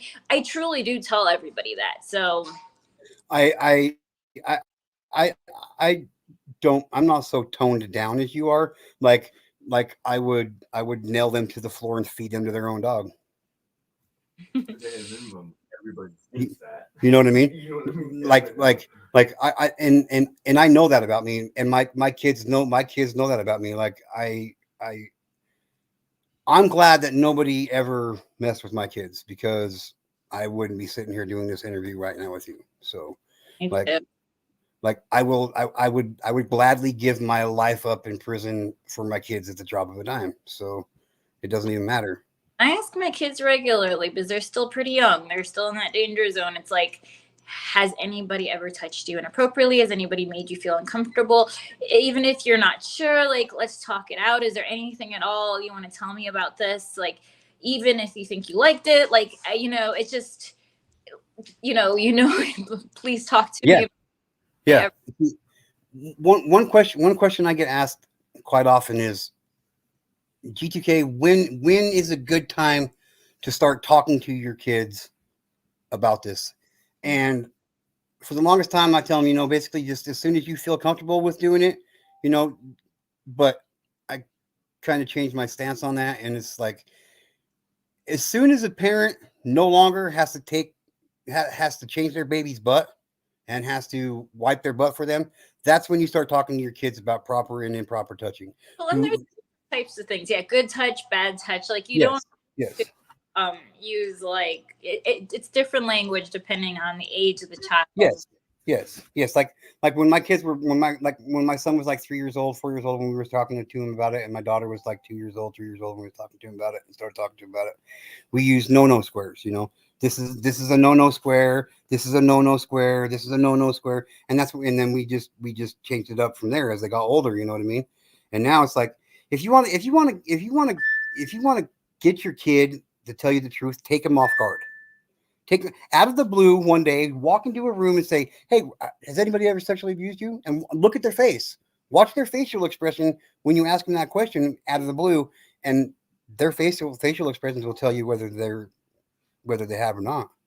Legitimately, they will. Like my kids are like, "Come on, Dad!" Like like it's almost like a joke to them anymore, and it's like, you know what I mean? A kid who just got sexually abused or raped, you know what I mean? And I come up to him and say, "Hey, and take them off guard, they're gonna be, it's like they're just gonna have they're just gonna react different. going to react different. And it's first going to be established what is in Right. or they might be caught off guard. Like Right. Exactly. Bathing suits, fucking like nothing on the bathing suit. Like you know. Yeah. So I mean, there's just like education, man, and just don't ever be uncomfortable talking to your kids about this subject, because it's going to be really uncomfortable if your kid comes up to you and tells you that they were sexually abused. Right. So what conversation would you rather have with your kids? That uncomfortable conversation that's going to keep them protected and help keep them safe, or that really uncomfortable conversation when they come to you and tell you that they've been being molested and raped by their uncle for the last 5 years? Or the really uncomfortable one where they tried to come and talk to you and Yeah. You know, I mean, it's just know what your kids are doing. I don't know. My kids are not. I mark my words. If they do, you'll know it because I won't be around any longer. I'll probably be. Yeah, like for real. Like, and I don't even care. Like I said, my son will be 18 in July, and like he could come to me in 5 years from now, 10 years from now, and tell me that he was sexually abused, and I would go get justice for my kid. You know what I mean? So. All we can really do, fight for a more fair justice system is the other thing. But, like Jessica, her dad did go to jail and she still doesn't have closure. She didn't get to see him on his deathbed and stuff. It's like, I don't know if there's really anything that can really, you want your childhood back, you want like a different thing, but you just some point have to accept that this isn't heaven on earth. You can go through hell on earth. And what is that? Is it sunglasses? Sorry, I don't emoji read very well. But you do have to forgive quite a bit in your life, and you just do what you can to use your voice. If there is a court hearing, you get the evidence, you speak up, don't be shy about it. I know what it's like to be brainwashed and have an attachment to whoever's hurting you, but like for the safety of other kids, just know, like, even though you might feel like you're all alone in this, you are not alone. You're not the only person that they choose. And so, for the safety of people, this person does need to go to jail, even if you care about them. Like, if they cared about you, they wouldn't have done that, and you just have to be brave to use your voice however you can. But besides that, just all we can do is what we can do, right? All we can do is what we can do, and always live your best. Don't ever let anybody fear. Absolutely, I agree with you 100%. I agree with you 100%. Well, I really appreciate you doing this interview with me, and I hope that we can get together again and get to know a little bit more about you. And I'm gonna put my phone number in the private chat. You can take it down if you want, just so you have it. And I'd like to talk to you. I'd like to talk to you outside of Facebook outside of YouTube. You know what I mean? And yeah, I got some ideas. Together, we're always here to collaborate and stand up however we can. So yeah, definitely we'll keep in touch. Sweet, I'd appreciate it. And like I said, your story is pretty amazing. Like to see where you're at now and to know what you've gone through, just a little bit that we do know, is amazing. It's amazing. You don't see a lot of people who have been through the types of abuses that we have been through succeeding in positions. You just don't, and it's sad. So it is. So yeah, good on you too. Appreciate your words. I appreciate it. I feel like you don't stand against it, you stand for it, right? We're standing against the right thing. Yep. And that's like where the stop comes from. It's my channel name is It's Get to Know Stop, and that literally stands for Stand Tough on Pedophilia, STOP. So That's kind of what it means. It's just like, I guess there's a song, Don't Let the Assholes Get You Down. I think you can Google it on YouTube. I swear there is something like that. Sometimes you just have to laugh it off, though. The world can, if it can feel like it's filled with assholes, but there's also really kind people like y'all, you know, Yeah. and try to surround yourself with good people and, you know, stand up against what's wrong. Don't be shy about that. But yeah, I don't feel anger inside. Honestly, I really don't. Like I said, I feel like I am getting my justice just by being able to talk freely. I'm not being put in bars for it, and like just trying to get justice for children. And, you know, just I live a good life. I get to give practical supplies to those that are going through a vulnerable time and help protect them and be a voice. So this is my dream life, and I wouldn't have known this existed unless I went through it myself. So there's a Right. reason for everything, I think. And I really am not angry. I'm actually in some really bizarre way. I told myself I'd never be thankful for it because everybody wanted me to just have peace. It took me a really long time to just forgive and let go, but I truly am glad like I live this crazy life because it's my favorite life. I don't want to live anybody else's life. It's a great one. There you go. And see, and I'm just now getting to that spot to where I'm not so angry about it anymore, you know? You're an amazing person. And honestly, you just have to get to the point of, would you really be this person that you are today if Nope. that didn't happen to you? It lighted this passion, this fire, you know, this burning, that protective angel in you. You listen to the angel, not that devil telling you all bad things about yourself, self-destructing. You listen to the angel. You're doing good work out there. And I'm just so proud that you just keep listening to that angel. You'll be good. I will, for sure. For sure.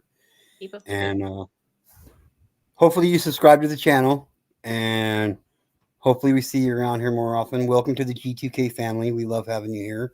Um, when you're part of the G2K family, you got somebody here for you at anytime. Anybody in this chat that you see right now in this chat, if you need to talk to somebody, one of us will always be here. All you got to do is hit us up and let us know. You can leave us a message on our community pages, on a video. So if you ever needed anybody to talk to, Same just to reach you. out. We'll be here. All right, sweetheart. I will do. Thank you so much. Thank Great. you so much. I appreciate your time. Bye. Bye.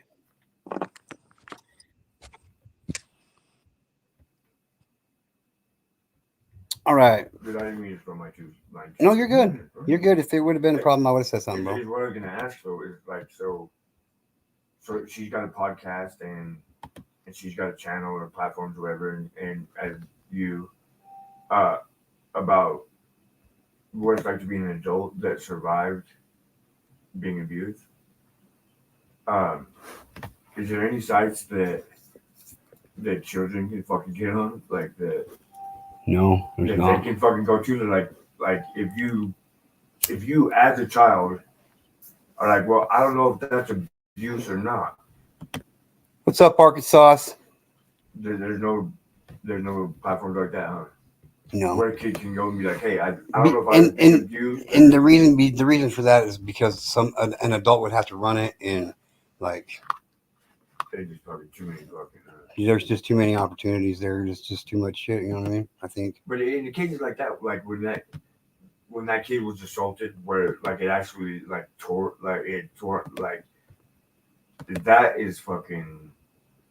It's gotta be. Well, child abuse in Idaho is fucking. It's not even a fucking violent crime. Most of it ain't. Yeah, it's like that's why I'm a firm believer that.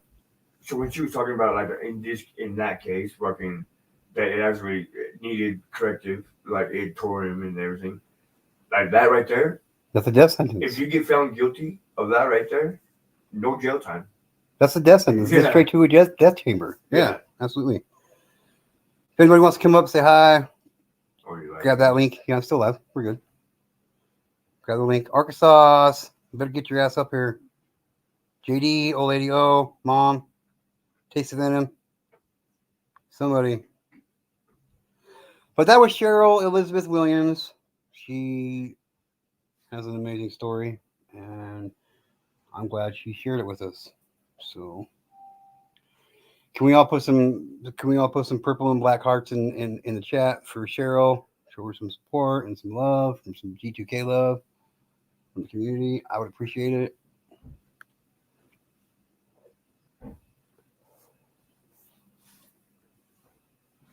I would appreciate it.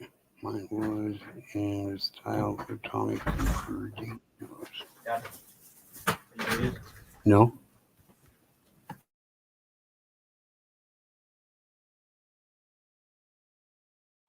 Hey y'all.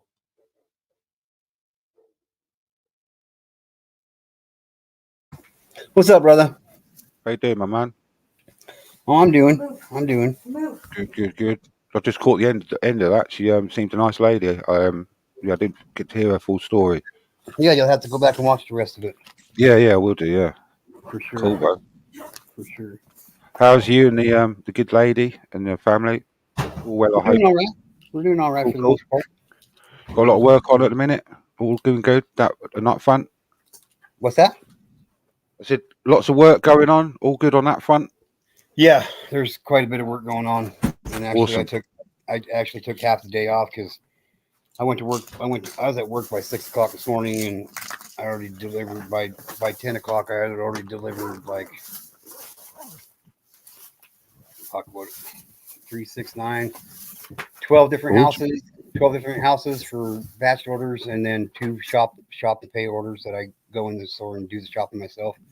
Yeah. So I'd already done six orders by the time most people were even getting up. So awesome.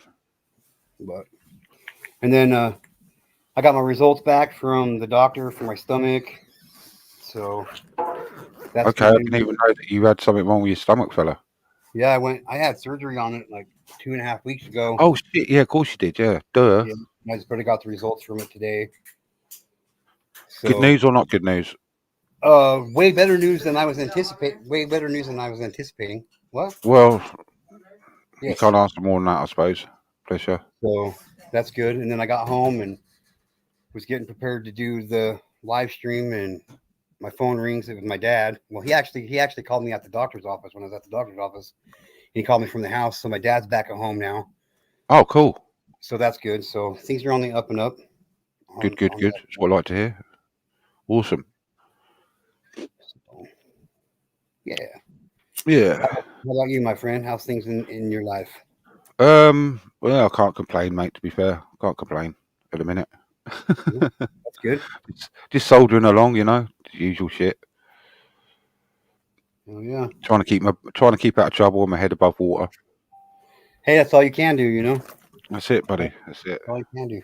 Arkansas, you better get your ass up here on panel and at least say hi to me, or I'm not coming up on your panel again until you come up on mine. Yeah, I was going to get timed out, Arky. I'll time you out. I've got a blue wrench in here, babe.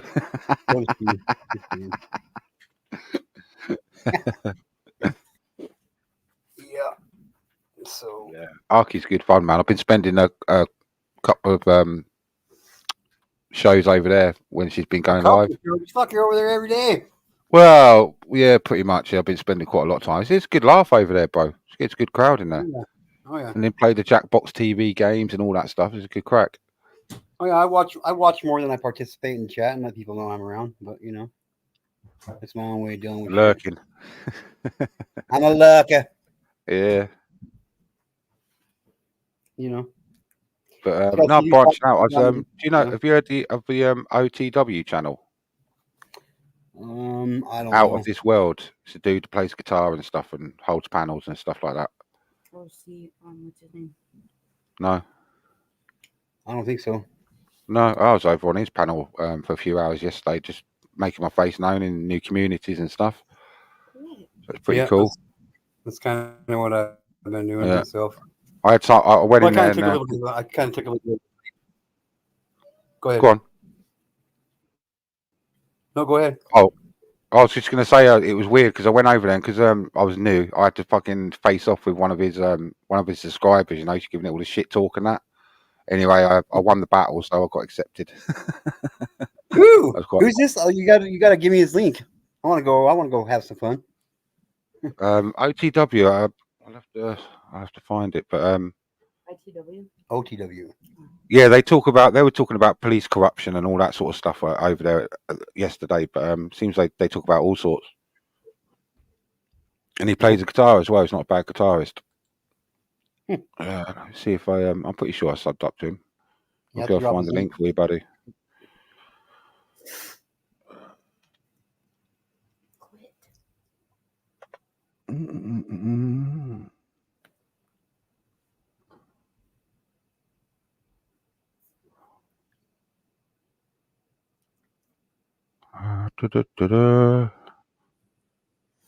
For fuck's sake. You know what? I'm not going to be able to find it now, am I? One of them, innit? I better quit singing right there. I'll get stroked. Yeah, right. It'll be your version. Yeah, well, you know what they say. It's like I told my sister, I would never trust you with like red or green, like in the movies. Red, white, or green, white. Boom!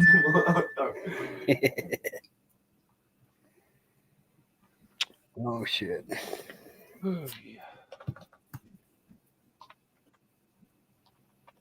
Oh dear, oh dear.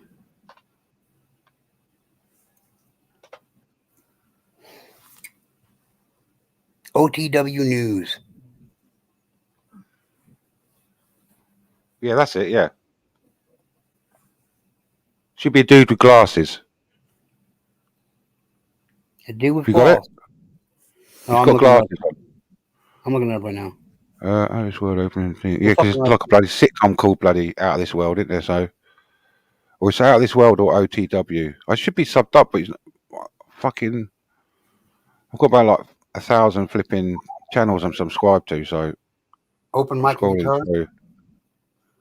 OTW News.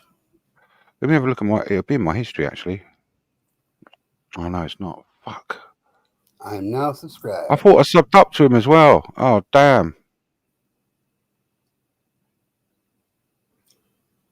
Have you got? Do you know the link, Arky? Arky might have the link. She's not even in here anymore, or she's just watching from the rest stop now because she doesn't want to come up on the panel.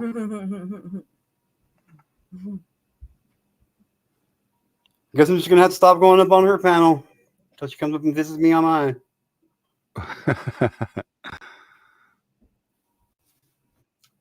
How long are you live for? How long are you live for? So, sweetheart, Say it to my face. turn Hello, your camera sweetheart. on, and I will. Well, I look stupid right now. Have you got out of this world channel link, Arky? Well, who's that? You know What's OTW News. Oh, It goes no, up on- I don't. No, I don't. Oh, okay. Sorry about that. No, I that's didn't all right. know. I couldn't figure out who it was at first.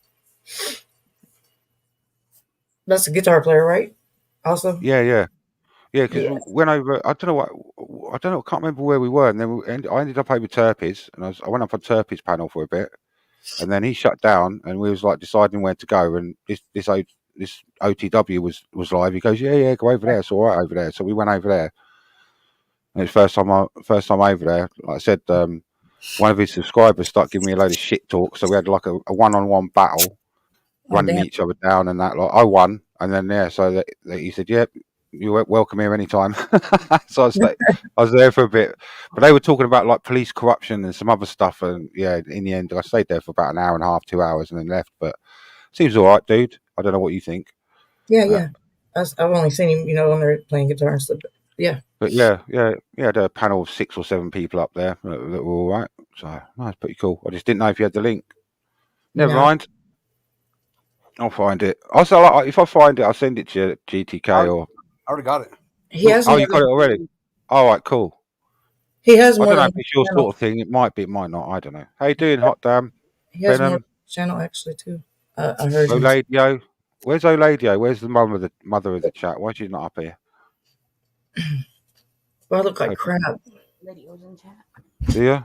He was. I can't tell from where I'm sitting. I know, but I mean, all y'all both have avatars on. I don't even know where you're You don't look too bad when you're 1,000 miles away.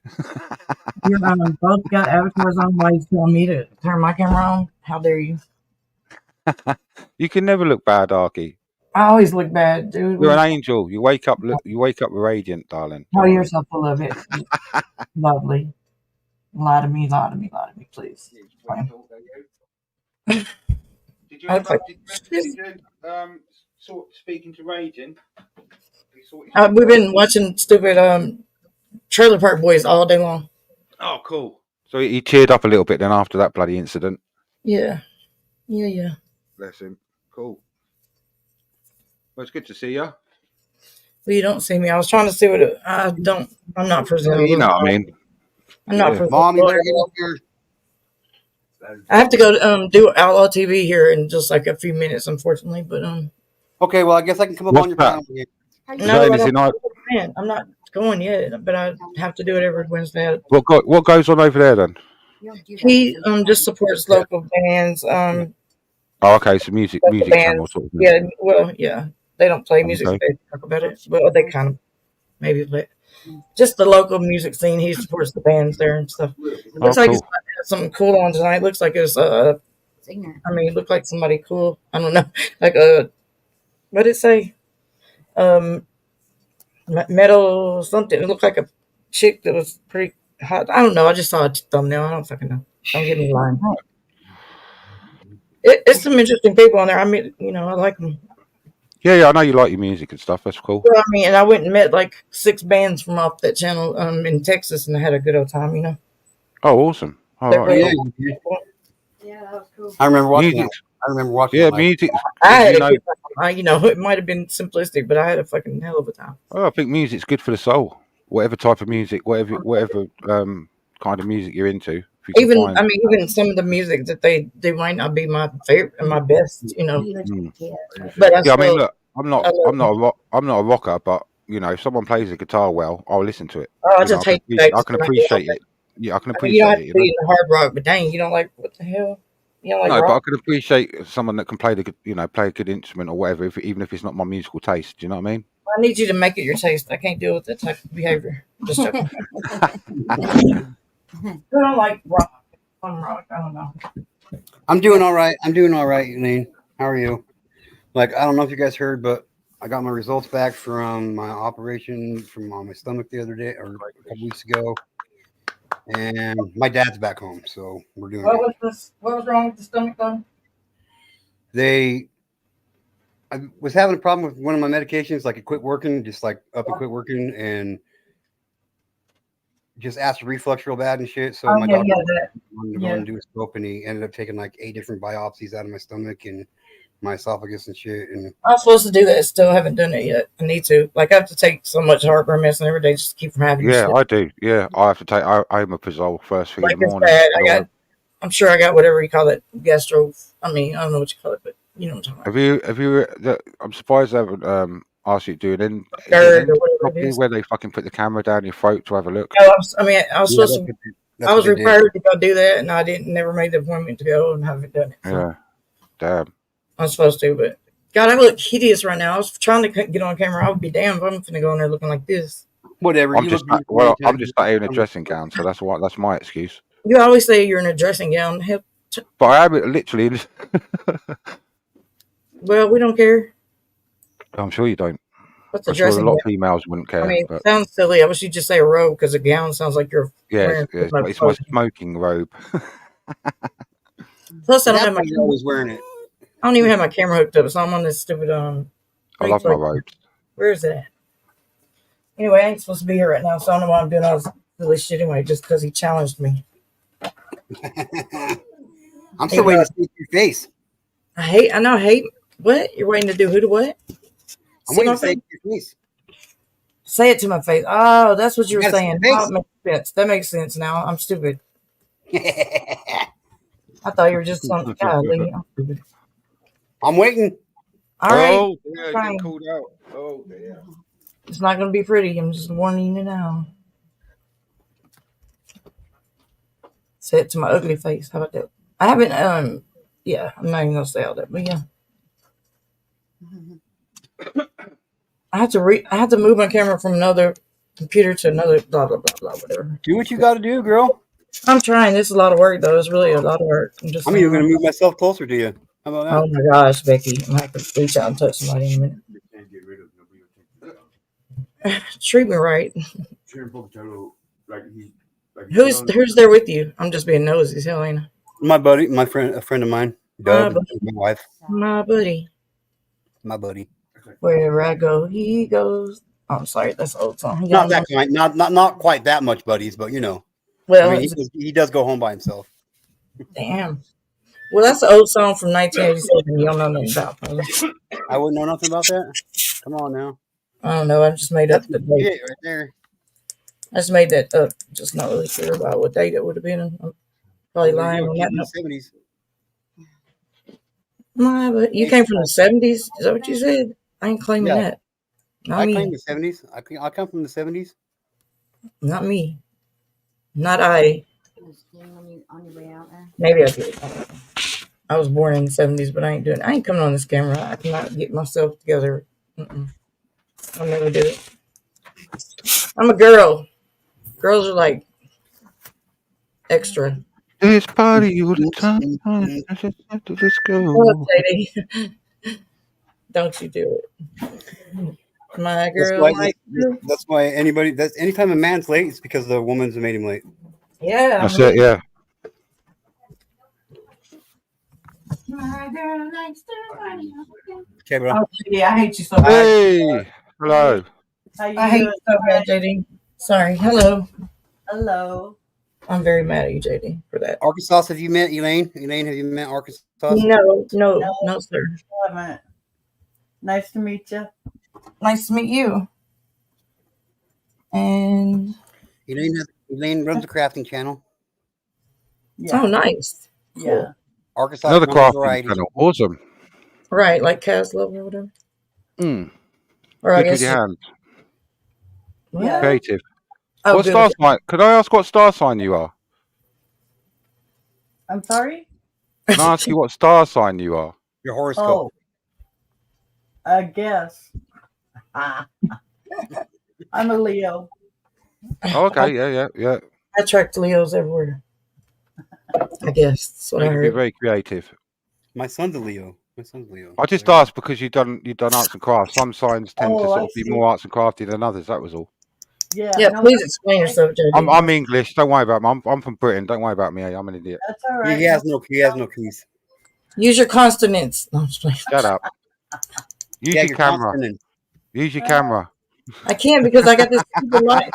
I got this dumb No, light. I'm not Venom. That's usually you sweet talker. Can't make the light do right. I'm sorry. I can't do The it. smooth guy down there below, JD, fucking always has all the women fucking good. Yeah. Always come in. I can't get this stupid bright light right. You're in Britain? Yes, I'm from the UK. Yes, Wow. and Taste the Venom is from Scotland in the chat. So Oh, okay. Well, I didn't. I caught your accent, but I didn't. Yeah, it's Arkansas. Oh, I'm from the backwoods hood. I got no normal accent. I made it my own, I think. Yeah, I can hear it now. Sorry. A little bit. No, I love it. I can sit and listen to anybody with accents and stuff from different countries. I just love it. yeah, I do as well. I do. It's brilliant. Yeah. Like Yeah. I think I've got 60% of my subscribers are from America, and then it's Canada, then it's Australia, then it's UK. So I've got international. I've got more people international than I do like UK people, and I love it. It's great. Yeah. Speaking to people from Australia, all over the world. Pakistan even had a Yeah. chap come in from Pakistan, and he's learning English and stuff. Yeah, it's really interesting learning about different countries and cultures and whatnot. Yeah. Yeah. I love to listen to accents. Expand the mind, you know. They It's always cool. tell me I ain't got no accent. You do. Yeah. You know. You got Yeah, it's an not me. accent. It's all the rest of you fuckers. Yeah. Exactly. Exactly. So I don't do how's my accents. I don't do doing? accents well, just because I can't hear that good. So it's like I don't hear, like I can't understand what you guys are saying with your accents. So most of the time, so I just usually am nodding and saying yes a lot. Are you talking about me? No, I got your accent down. I know hillbilly. Redneck. Oh, wow. What I do? I'm a hillbilly redneck. Hillbilly. Is that what you call it? Good Billy, probably. Good Billy. Yeah, well, there you go. Okay. Hoodbilly. OG I'm Hoodbilly. just making it up. I have no idea. Just call it what you want. I don't know. I'm going with it. What? We can be Hoodbillies together. We're still waiting to say this to I'm your a face. desert rat. You done made me nervous. I can't do it. I knew you No, wouldn't. I can't get the stupid light. Y'all know how the light's dumb, like ghost light, and I can't fix it right now. That's okay. Doesn't need to shine on your beautiful face that much. I know. I don't know. I've tried to turn it down, up, down, around, and flip Don't it, reverse stress it. on it. Don't stress on it. You're here talking. That helps. So they're putting you on new meds? Yeah, I've already been on them. They're not really working all that much. So I don't know what I'm gonna do. Hang on. There she is. Oh, You don't look that bad. Give us a smile. you don't look bad at all. I got this ghost freaking light face. I don't know what's light. happening. Yeah, at least you can't see your wrinkles. It's all good. Oh, there's your face. That's the key. You got to have light behind you and light in front, and it Oh, well, I takes don't have all, one behind me. all I the have way. Smooths where- your face right out. That's the key. I Right. had it fixed, but I had to move the camera every time I want to use the other computer and watch something where I can hear it or something. I have to change the camera because I don't have one over there and it won't recognize blah, blah, blah, blah. Little And then Jack's they back messed out. up in there. Yeah, he's knocked out. So I got a red bedspread now to match the Budweiser sign that I had to put up to cover everything for the baby. So I just changed the bedspread to red now. Have you still got her, or is she Alright. not there No, tonight? she's back. Mama's home now. Oh, okay. Oh, cool. So you got a night off. Yeah, I got to do this out loud. Well, I Well, haven't, yeah. You know I what I haven't mean, been to sleep since we had our live last though. Shit. because I was just watching shit with him all day. Well, saying that, I mean, like I was up with you when he started streaming, when and then I didn't go to sleep until I think it was quite early. Oh, actually, you didn't wake up until I don't know, halfway. I don't know. Were you there at first? I went out. You were there at first? Yeah, we finished. Yeah. Remember, and Fred and Raging had that falling out. Yeah, And then I left. Then I went over to Turpey's, and then I went over to OTW's. And then from my OTW's, I was there for about an hour and a half. I had a couple of drinks, and I fell asleep. And now I woke up. It's 2:00 in the bloody morning, so I can't go back to sleep now. That's what he needs to do, so I can get on. Somebody get on one of each other's schedules, so I can not be doing this shit. Wow. Hey, I don't never have a schedule. Okay. I don't either. Yeah, I but I'm don't. No. saying after I stay up all night, I'm a rebel. then I I go to would bed when I sleep want, wake in up the when I want. daytime. I was sleeping in the daytime, but then he's awake and I'm trying to hang out with him.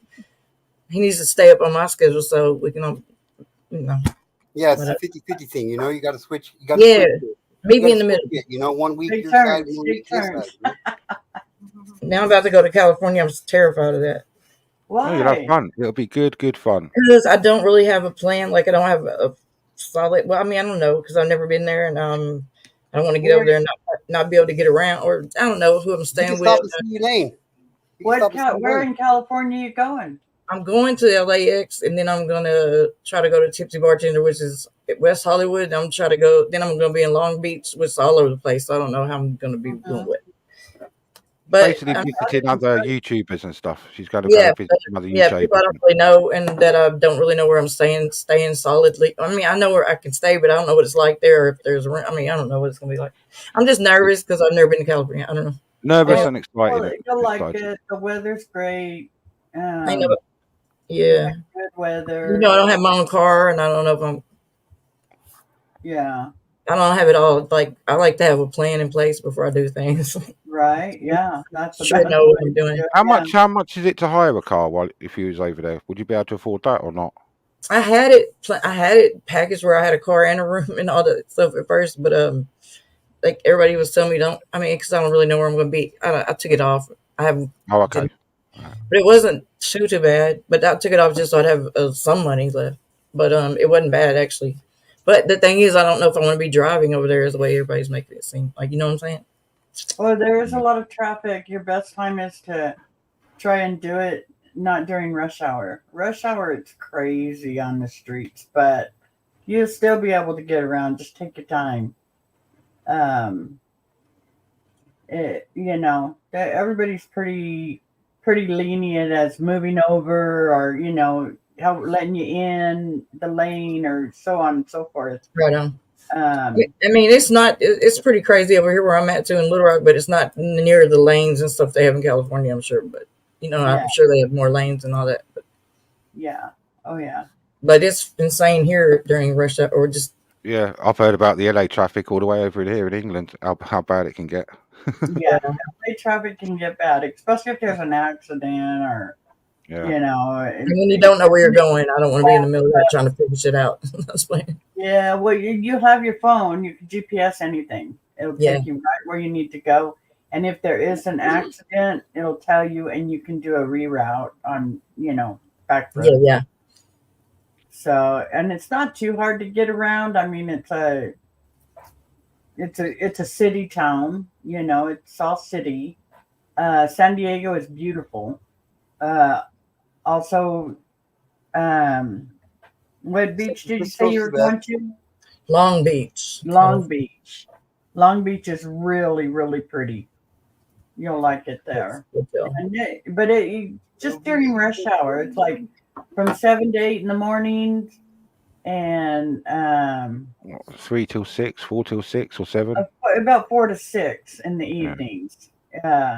In California, the rush hours are just a lot of traffic. It's not dangerous. It's just there's a lot of traffic. Right, Yeah. right. A lot So of you're stuff. not moving very quickly. Yeah.